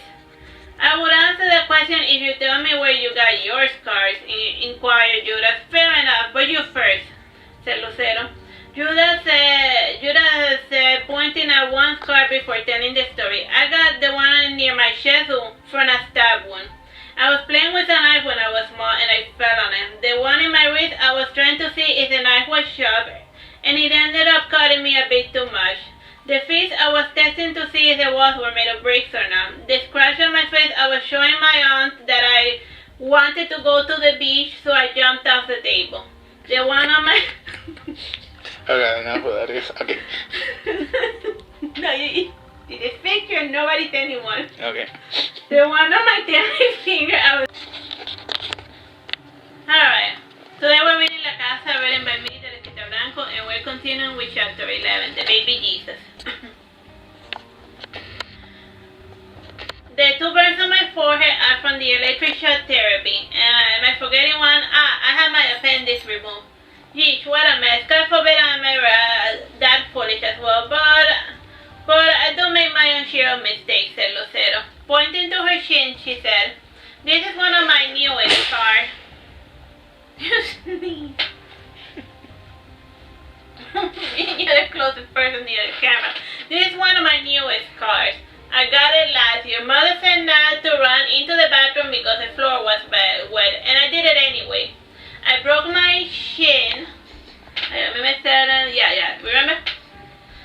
Blood was everywhere. I got even a couple of stitches. She sure cursed like a pirate too. It was really unpleasant to watch. It sounded like they were killing you. They might as well. They did not even use anesthesia or anything. It was quite dreadful to see the sewing needle and the thread going into your face and feeling your skin being close together like it's a piece of fabric. I shudder just thinking about it. Is the time running? Yeah, it's running. It's just that you pronounce the wrong chin. Shin? Yeah, it's shin. Shin. Yeah, the one that you said. Okay, moving on. Lucero then raised her leg to show a latch on top of her face. She explained. You remember a couple of months ago I was in a wheelchair? Yes, it was pretty depressing to watch, said Judah. Well, it happened like this. Mom was taking me on her bike to her workplace, and she kept telling me to keep my feet out of the railing of the bike. So since I didn't know what a railing was, my legs just kept flaying around not knowing where to put them. Anyhow, as you can imagine, I found what the railing or spoke was, and then it just messed up my leg. So then it was back to the hospital, said Lucero, passing her hand over her crazy mane of hair. With the other hand, she held onto the ceramic baby Jesus. She added, I have a couple of surgical scars here and there, but there's not an interesting story behind it. It must be dreadful to be sick, isn't it? Said Judah, somewhat melancholic. In spite of pretending to be sad, he could not help but have a smile painted on his face. One gets used to it, said Lucero. This phrase caused Judah to feel dreadful for real. Lucero, changing the subject, said, don't make a big deal about it. I'm going to get cured for real, like real soon. There's going to be a saint visiting in San Rosendo, and when he puts his hands on me, I will get cured for real. If that's also where the experimental treatment might actually take effect, I would prefer if Jesus cured me and not the doctor, said Lucero. How so? Well, if the treatment works, then it means more tests to see why it works. I worry that they might try to put on a different disease on me, and then I'm gonna spend as a lab rat forever, or listen till I die like all of the other children, said Lucero. How can you be certain that they are dead? Asked Horacio. Well, one day they're there, and the next day they were not. And at night you hear people sobbing in the lobby. People don't cry over good news, do they? Well, they might cry, but also laugh too. I don't really like being in the hospital, said Lucero. Well, at least your sickness has a treatment. Problems of the mind do not have cures in this country. All they can do is fry your brain until you behave in a way that is convenient for everyone. What is Mazorra like? Asked Horacio. I don't know. The time I spent there, I was like out of it. I do remember coming back home and my body was pure wrist. It took a lot of time for me to regain my strength. Why do you ask? No reason, lied Eufrasio. Lucero didn't know the reason. Madness ran in the family. Irina's uncle was often seen roaming the street with his dog. He had lost his wife due to his taxidermy hobby, and one time he got in a fight with a rabid dog. His best known antics were decapitating a dog to make a walking stick out of his head. He would run the streets with it, and as his madness progressed, he drew further and further away from his family.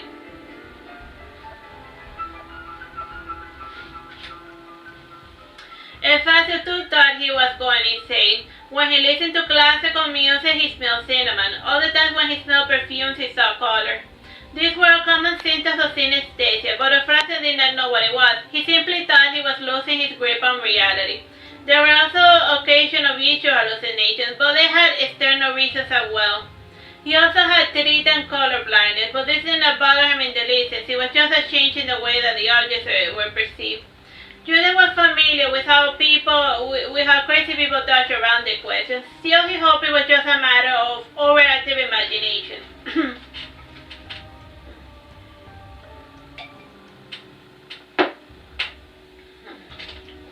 Though he never understood how imagination worked exactly. What features were considered imagination and what others fell under the realm of childhood schizophrenia. In the end, he decided to dismiss the matter altogether. Changing the subject, he said, "You should put the baby Jesus back in his box. You haven't dropped it, but it could happen any minute, considering everything you told me." "Well, you do have a point," said Lucero, listening to reason. She started walking back, but a slight wind came and moved her hair. The rough edges scratched her shoulder a bit, and this scared her. Flinching forward, she yelled, "Jesus Christ!" She lost her grip and she dropped the heavy statue. The baby Jesus was decapitated. Frowning, she said, "Oh, pooh. This is all your fault, Judas." "Why me?" asked Judas. "It's your negative attitude. You jinxed me, and now the baby Jesus will never grow up to die in the cross," said Lucero, kneeling down to grab the head. Eufrasio came over and he said, "Maybe we can just glue it back together." "You have some glue?" asked Lucero. "No," said Eufrasio. "And you?" started saying Lucero when she noticed that Judas had left. Close to dusk, Lucero brought the baby Jesus to Irina. With a sad face, she said, "Eufrasio dropped the baby Jesus." "Is this true, Eufrasio?" asked Irina. "Yes," said Eufrasio, taking the blame for what his sister had done. He was always in the habit of doing so, even when people knew he was not even in the general vicinity. Irina stared long and hard at the statue. Eventually she sighed and said, "We can just glue his head back on. It is a good thing he's made of stone and not flesh. A broken stone head can be repaired. A flesh one cannot." "Well, run along then," said Irina. Eufrasio then left to the kitchen to do his homework. He was working on memorizing a poem. Lucero had a similar assignment, but she was putting it off till morning before having to do her recitation. She had learned that if she ate something sweet before memorizing something, she could easily recite it afterward. This method got the job done, but it would so happen that she would immediately forget the poem she had just memorized. For Lucero's brain, most of everything she learned in school was useless and not worth retaining. By the end of the school year, she would have forgotten almost everything, including the students and the names of the teacher. Anyhow, instead of trying to memorize her little Jose Martí poem, Lucero was tackling Volume 2 of The Three Musketeers. She had seen her father read the book recently, and he had finished it rather quickly as well. Lucero imagined that it might be a good easy read. She read a couple of paragraphs into the book before becoming completely bored. The night was spent quite at ease, but for reasons nobody in the family understood, Irina seemed melancholy. Oh yeah, we still have time? Yeah, we have 6 minutes and 34 seconds. Irina was thinking about her firstborn son. Before Angelica's older sister was born, Irina had her first son, Juan Carlos. She had been suffering from depression after his birth. When she gave her son away to an aunt. She offered her son to the aunt in a picnic basket. Years later, she went to Spain to see how her son was doing. Juan Carlos did not speak to his mother. Rather, he gave her this baby Jesus inside the picnic basket he had been abandoning. These kids said it all, and since then Elena had never tried to speak to her son, Juan Carlos. Alright, we're now in chapter 12, the fireworks. See, we're like making good progress today. Alright, 5 minutes. It was early summer and another school year ended. The children were finally free to do as they desired. It was during the summertime that the carnival was usually held. Carnival, not the carnival. The days vary from region to region. This was in part due to the Cuban government's desire to remove all religious connotation from the carnivals, and so this event no longer took place during the religious holiday. They were usually done by an institution for a specific purpose or other. This year the parents felt like the kids were old enough to see one. It didn't even bother to go to the dark carnival because after seeing it for quite some time, it had lost its novelty. The children and the players and the parents sported sleeveless shirts and shorts. Shortcitos. This was done to cope with the heat. For some reason during Carnival there was never any breeze from the ocean. With so many bodies and masses, it was guaranteed that by the time you got home the family would be dripping in sweat. Slowly from other houses started emerging all of the performers. To the children the faces were both strange and familiar. One of the faces they recognized was Mamadou. He was playing the drums dressed in a colorful costume. The checkerboard pattern alluded to the mad harlequin, but the Caribbean elements created the structural dissonance with the European-looking costume. The Cuban carnival had been performed since the 16th century. During those festive days, the slaves and their descendants were allowed to practice their cultural tradition. Over the centuries, the African traditions and the Spanish-European ones blended into the carnival of today. Still, some aspects remain immutable. It always started at sunset, with the main performers coming out of their homes to meet the others in La Calle Real or the Royal Road. Soon the beating of the drums and the show was allowed to start. The floor stood up in dazzling lights. There were pillars that towered over the neoclassical Spanish buildings that lit La Calle Real. The children noted the dancers, the lights, and the fun. And since the spectators entranced also started dancing as they saw the floats passing by. On top of each of them there was the main dancing lady. Back when she was in school, Angelica had been one of the main dancing girls on top of the floor of her school. When she had told Lucero this, naturally the girl asked how one was chosen. Angelica invented a story about a rigorous dancing competition. The reality was as simple as one just put your name on it. The head of the institution arranged for all of the positions, and one simply had to follow in suit to be allowed to participate. When the main float arrived, it was steam after a papaya. In the middle of the fruit, there was a lady dancing. This caused a lot of giggles and hooting for plenty of Cuban reasons.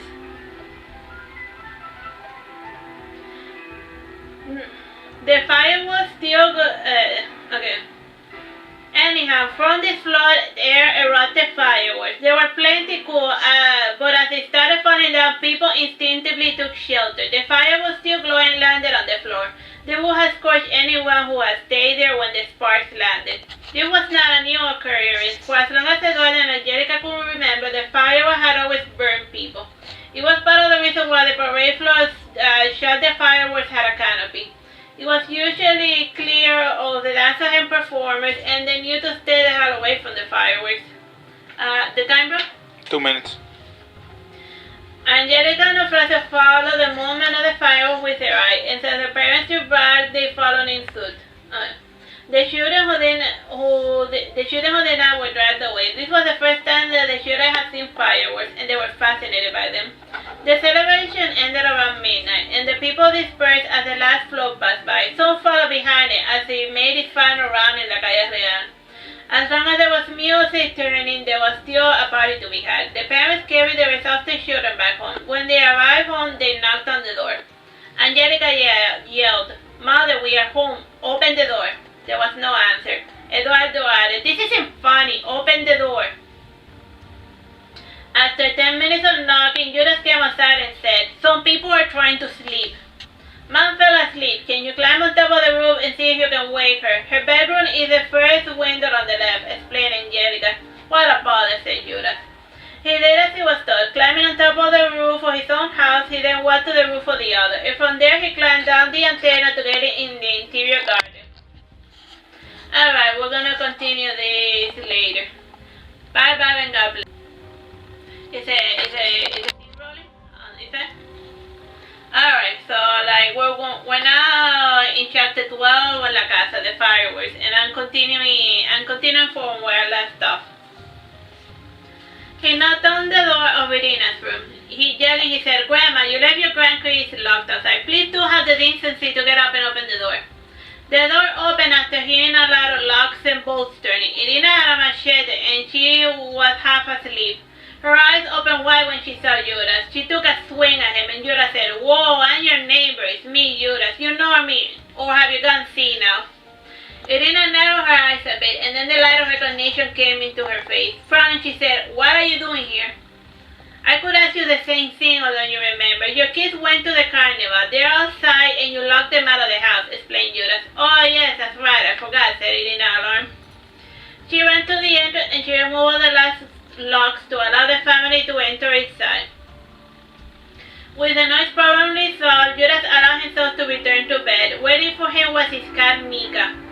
He lay down on the bed and he put the cat on top of his forehead.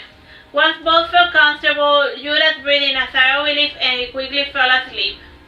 The following day was more or less uneventful. Since the carnival happened to coincide with an important secular holiday, there was the fireworks at night. It was around 8 p.m. when the fireworks began. The children were watching with their parents a TV show called Pateando la Lata, or Kicking the Can. It was a variety comedy show with different skits. From time to time, it got Sancho. One of the best jokes was about telling the children to behave, otherwise they would be forced to watch Russian cartoons. The children came outside to see the fireworks. Francis saw across the road Jennifer. She lived in the house right in front of her. He asked her, "Can you see the fireworks from there?" "Yes, I can see them clearly from my house," said Jennifer. The brothers and sisters ran across the road to see the fireworks. Francis held his sister's hand and then he looked away before crossing the road. The street was pretty dark, so even looking both ways didn't help much. On the one corner there was a single light post, and whenever there were blackouts, it was the only thing that was lit on. This night in particular, it was turned off. As a result, the street was in complete darkness. Efrasia was only able to recognize Jennifer because of her silhouette.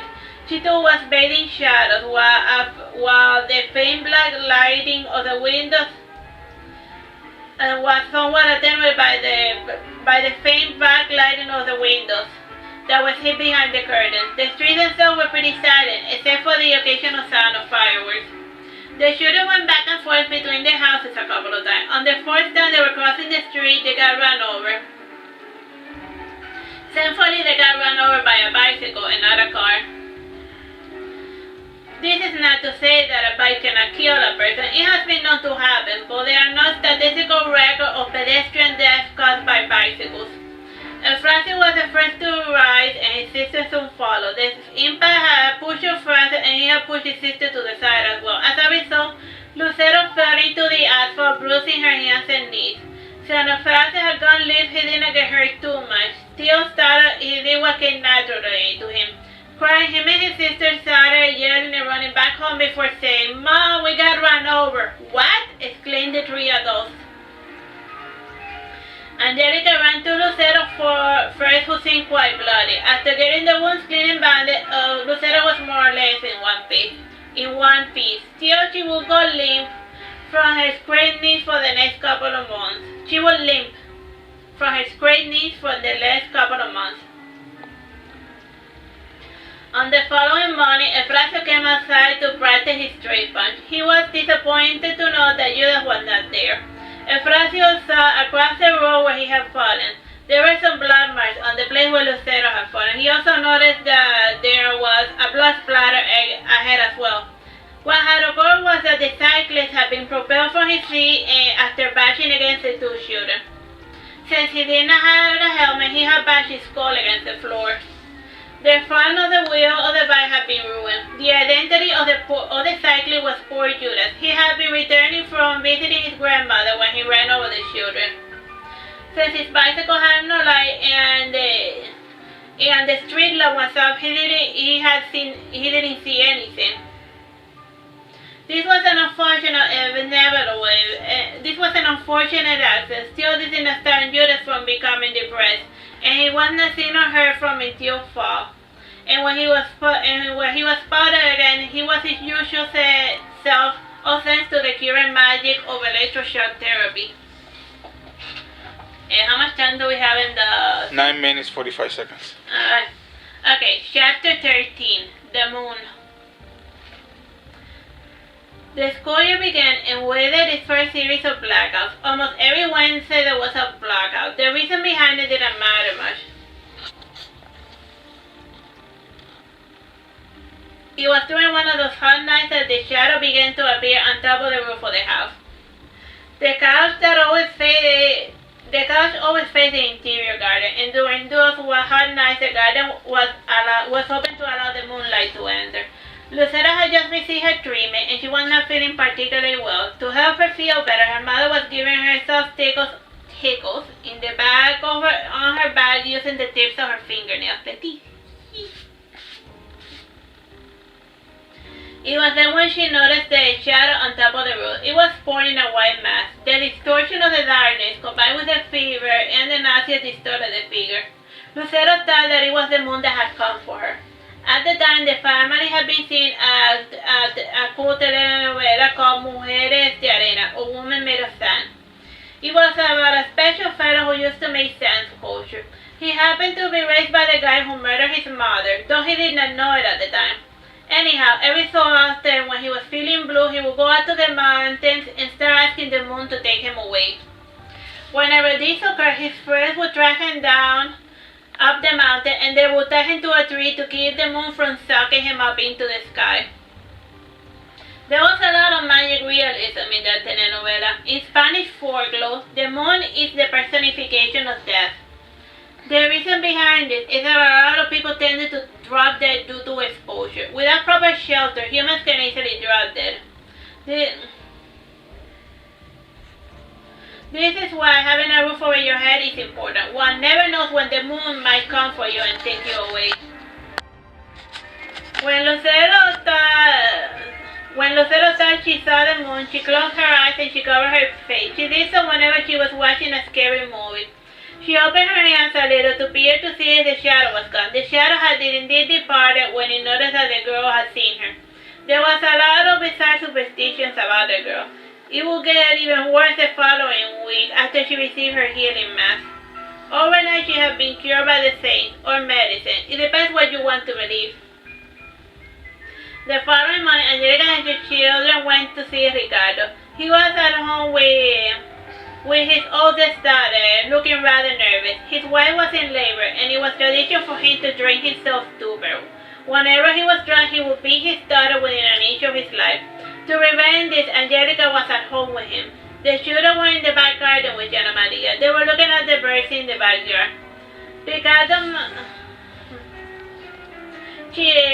Lucero were looking at one of the birds that she asked Jana Maria, "How does it work?" Jana Maria explained, "You put seeds here, and when the bird stands on it, the trap opens out and then he's caught." "Ah, poor bird," said Ofracio. "It is for the best, I suppose. Outside it will get eaten by other birds, or it will starve to death. At least in this prison it will have some degree of certainty," said Jana Maria. "I don't know, it all depends on the owner," said Lucero. "Yes, there is one kid in class that gets a new pet bird practically every week. The dog eats it or he squashes it. It seems like such a waste to provide 5 seconds of entertainment to an irresponsible brat," said Ofracio. "Oh, is that why you never asked Father to give you a bird?" asked Jana Maria. "I just don't feel like I'm ready to take care of something that's alive. I can barely keep my houseplants alive," said Ofracio. "That's because you don't water them," said Lucero. "And you water them too much," retorted Ofracio. "I suppose that is how things are. For people to learn, a lot of creatures must die," said Jana Maria. And we saw them today, commented Lucero. I suppose it's a stupid telenovela that's got everyone thinking about the moon, said Jana Maria.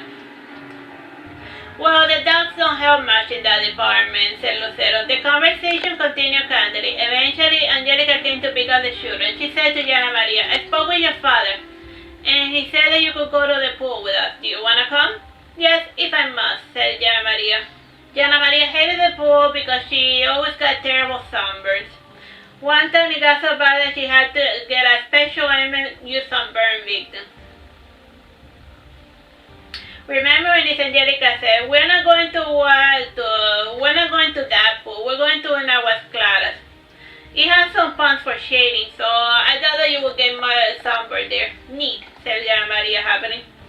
Jana Maria ran to her bedroom. She took care to shorten her pace and look sudden when she passed by her father. There was nothing that her father hated more than seeing her happen when he was miserable. She took her clothing and her pink polka dot bathing suit. The girls wore elegant white dresses and shoes. In the bus station, they met Angelica's nurse and friends, Camila, Dominguez, Vargas, Cueva, etc., etc.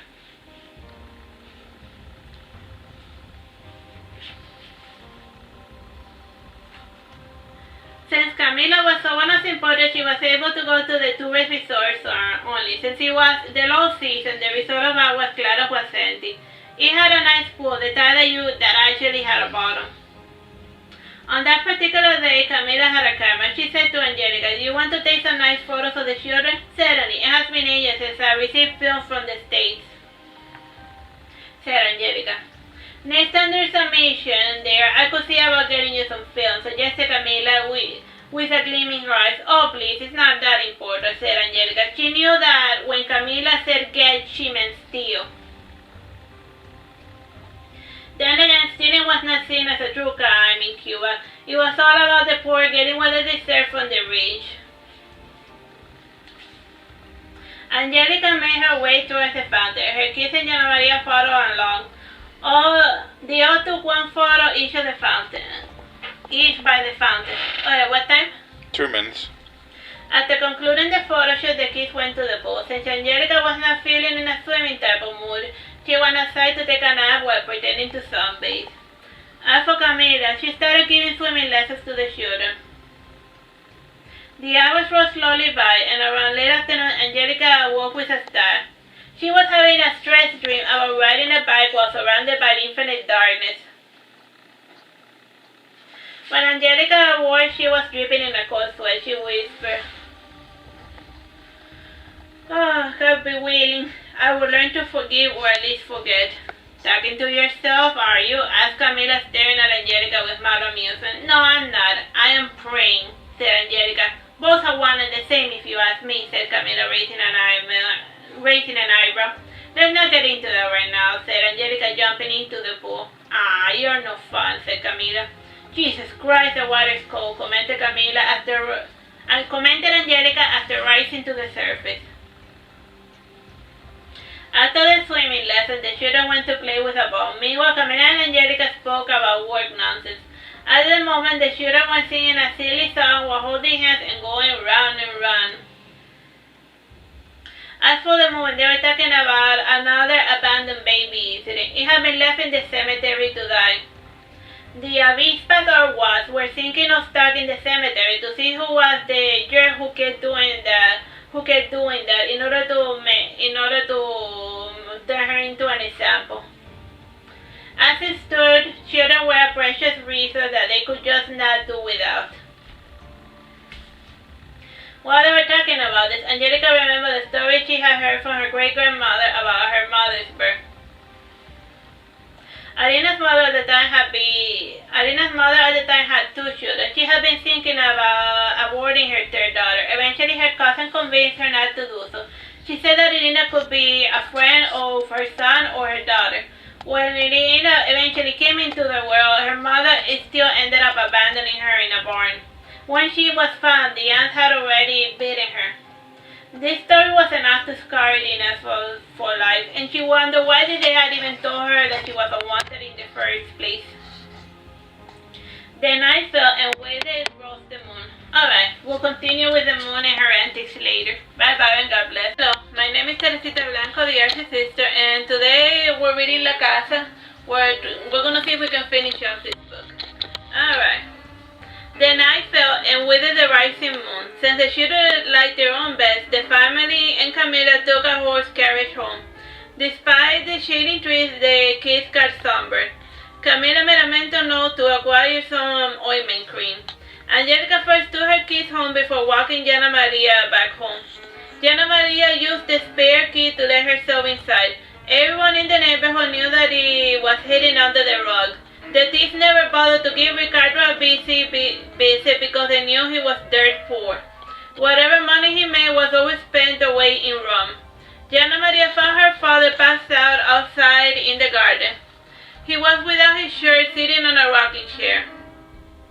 He had barf on his cheek, and his head was sunken into his head. Jana Maria saw his figure painted under the moonlight. He looked so peaceful in his sleep. His face was almost kind even.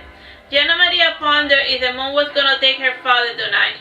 Jana Maria was not so mean-spirited to wish for the moon to come for him, but she would not mind it either way. She sighed and she went to sleep in her small bed. She did not even bother to bring a blanket for her father. That night, the moon did not come for Ricardo. Chapter 14. The Moon Cometh. The last day that the Mason family lived under the house started like any other day. The children ate scrambled eggs for breakfast with rice and beans. The mother and father had the same morning shift, so they would both be at home. Since Angelica had spent her more time with the kids, Eduardo decided to pick them up from school. In the meantime, Angelica was sewing some curtains.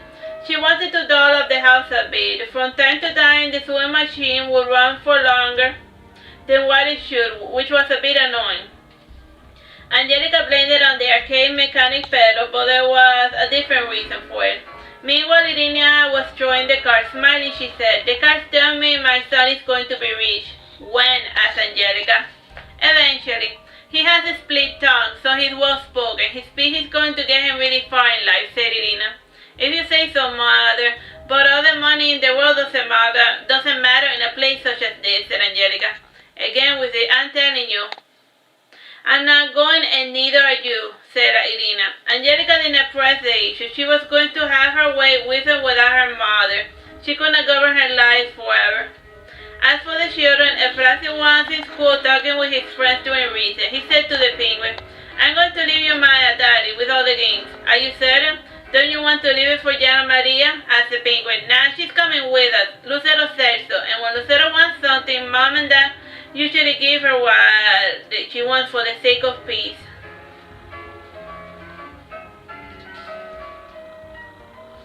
Inside a classroom, Lucero was talking with Miss Perez. She said to her, "Can I have your daughter?" "For sure, for how long?" asked Miss Perez. "Forever," said Lucero. "No, are you insane?" asked Miss Perez, laughing. When laughter, Lucero changed her candid tone. Her face and it shifted into a frown. She then said, "When I'm gone, I want to give Jasmine all of my dolls." "I don't think you're going to die anytime soon, Lucero. I hear that you're actually getting better," said Miss Perez. "Better, yes, but you never know," said Lucero. Afterwards, she knocked on wood to remove the bad thoughts. The following afternoon, the children were taken to the nearby museum. They saw the statues of dinosaurs. Lucero looked inside the sewer grid because she thought she heard a strange hissing. Inside, she thought she saw a dinosaur passing by. The kids had heard stories about cloning experiments in Havana. It did not seem too impossible to imagine that the Cuban government already had living, breathing dinosaurs. The thing in the sewer was actually just a crocodile. When late afternoon came, Eduardo was there to receive his children. While they were walking back home, they were practicing the colors by describing the houses. The kids already knew all the colors. Still, this was part of their happy routine with their father. Everything was going well till Eduardo saw a dog passing by. His heart started to race, and so he picked up both his children in order to try to keep them safe from the dogs. In response to his fear, all three of them came to bark at him, and so did all of the other dogs of the packs. The dogs were responding to Eduardo's fear. Eduardo panicked and Eufrasio panicked and he started yelling, "Dad, run, run!" and so Eduardo did run, though he fell when Silvereye pulled at his sock. The fall caused Eduardo to land on top of his daughter with Euphrasy on top of him. Lucero started crying and the dog smelled the blood. Silvereye, feeling sad, decided to spare the girl, with all of the dogs following behind him. Eduardo picked at his daughter, and he saw that her shirt was stained red. Worried, he opened it, and he saw that the girl had a terrible scrape. Other than that, she was fine. He said, "Oh God, what am I going to tell your mother?" Lucero, still crying, said, "I want ice cream." "I will get you some, but first let's get you cleaned up, okay, honey?" said Eduardo. Euphrasy smiled when he noticed Lucero crying while asking for ice cream. Lucero had a high tolerance for pain, so she mustn't have been in a lot of pain if she was malingering to get ice cream. After the father arrived home with his children. Angelica saw the girl and her husband's pitiful face. He cleaned the wound without saying anything. Before going out the door, he said, "I'm going to go buy ice cream." "Why?" asked Angelica. "Lucero wants some," said Eduardo. "Aren't we saving for the trip?" asked Angelica. I had come to realize something. In the past, I said that it was important to save up while you have money, because when you don't have money, then there was nothing to save. But the money in the bank is useless, and I would rather use it now than deal with some uncertain, unforeseen calamity. Nothing in the future is for certain. We might get run over or mauled by a dog, and then the money will just be sitting there rotting," said Eduardo. Angelica said, "What is truly bothering you?" "I don't know. I haven't been happy in a long time," said Eduardo. After Eduardo returned home with the ice cream. It was partly melted, but Lucero still dug into it nonetheless. From time to time, she would take a spoonful and feed it to her brother. She was halfway done with the dog when she said, "Woof, I'm full. You can eat the rest." Euphrasy smiled and went to dig in, but Irina said, "No, you're going to spoil your dinner, and you, Lucero, I hope you did not spoil. I think you had too much ice cream." "Oof, I'm full." The family had dinner, with the exception of Lucero. When it came time to go to because she was full of ice cream. When it came time to go to sleep, the house was closed. Around midnight, Lucero awoke from bed to go do her business. After finishing, she noticed that the window in the kitchen was open. It also had no bars. Slowly, on her tiptoe, she walked back to sleep with her grandmother. Standing over Irina was the shadow with a mask as pale as moonlight. Lucero noticed the man, and the man saw Lucero. Bros froze on the spot, tense. Lucero's cold blood kicked in. She then went to lie back down in bed, and she turned her back to the stranger. The man with a white mask breathed a sigh of relief. He resumed his midnight looting before the party. On his way back to his home, the man ran into Silvereye. The moonlight gave a strange supernatural glow to the old dog. Silvereye howled in the same fashion as a wolf. The thief started to run, but Silvereye was swifter. The man was mauled by the stray dogs, and he bled out in the street with his face facing the moonlight. With his last bit of strength, he removed the mask. Laughing, Ricardo said, "So you have come for me at last, Moon." Alright, and that's the end of La Casa. Alright, how much time we have? 6 minutes. Oh, well, I guess I can read you the epilogue. Okay. It has been 5 years since the Mason family left the house in Cuba, for that matter. Together with Jana Maria and her sister, they are living in the States in a comfortable two-room apartment in the prestigious city of Hialeah. During their first year in the States, the family were homeless. Eventually, a CIA spy threw them a bone. With his help, they were able to move into a small apartment. They are far more cramped than they have ever been, especially with 2 extra children. Jana Maria and her sister Ophelia became fully orphaned after their mother got the news of what happened, that Ricardo got mauled by Silvereye. In a fit of sadness, Jana Maria's mother ate and ate. She ate so much that her stomach ruptured and he died. It was a rare cause of death, especially in a country such as Cuba where food is scarce. Still, it has been known to happen. Angelica had by now made peace with her mother, and she had reconciled her feelings of resentment. She had even quit smoking. Eating two no longer smoked, in part because they did not have true Cuban cigars in the store. She could tell by the smell. If she was gonna smoke something, it was gonna be something that she really liked. Efrazi was getting straighter, and he was also in a debate team. And from Cuba, he had learned to be careful with what he said. As for Lucero, she had picked up the habit of painting and drawing, and she was in the process of designing her original character for one of her comic books, and her brother was also helping in that department. Meanwhile, Jana Maria was excelling in math and science, and she was planning to become a dentist when she got bigger. The entire family was saving up to go to Disney World for the first time. And the others, well, Judas moved to Spain with his wife, Mrs. Perez, and little Jasmine. Judas opened a karate studio and is still teaching. Mamadou too left for the state, and he changed his name as well. And he was currently living in Key West with the person he pursued naming country with. Hooters Silverlight continued life as before. The departure of the Mason family did not change much about his life. He died at the ripe old age of 24, and his descendants are still announced in Pinar del Rio, though from time to time the government tries to call the stray dog population. As for the house, it still sits there uninhabited. In the future, it might turn into a little tourist village, or even a little Airbnb.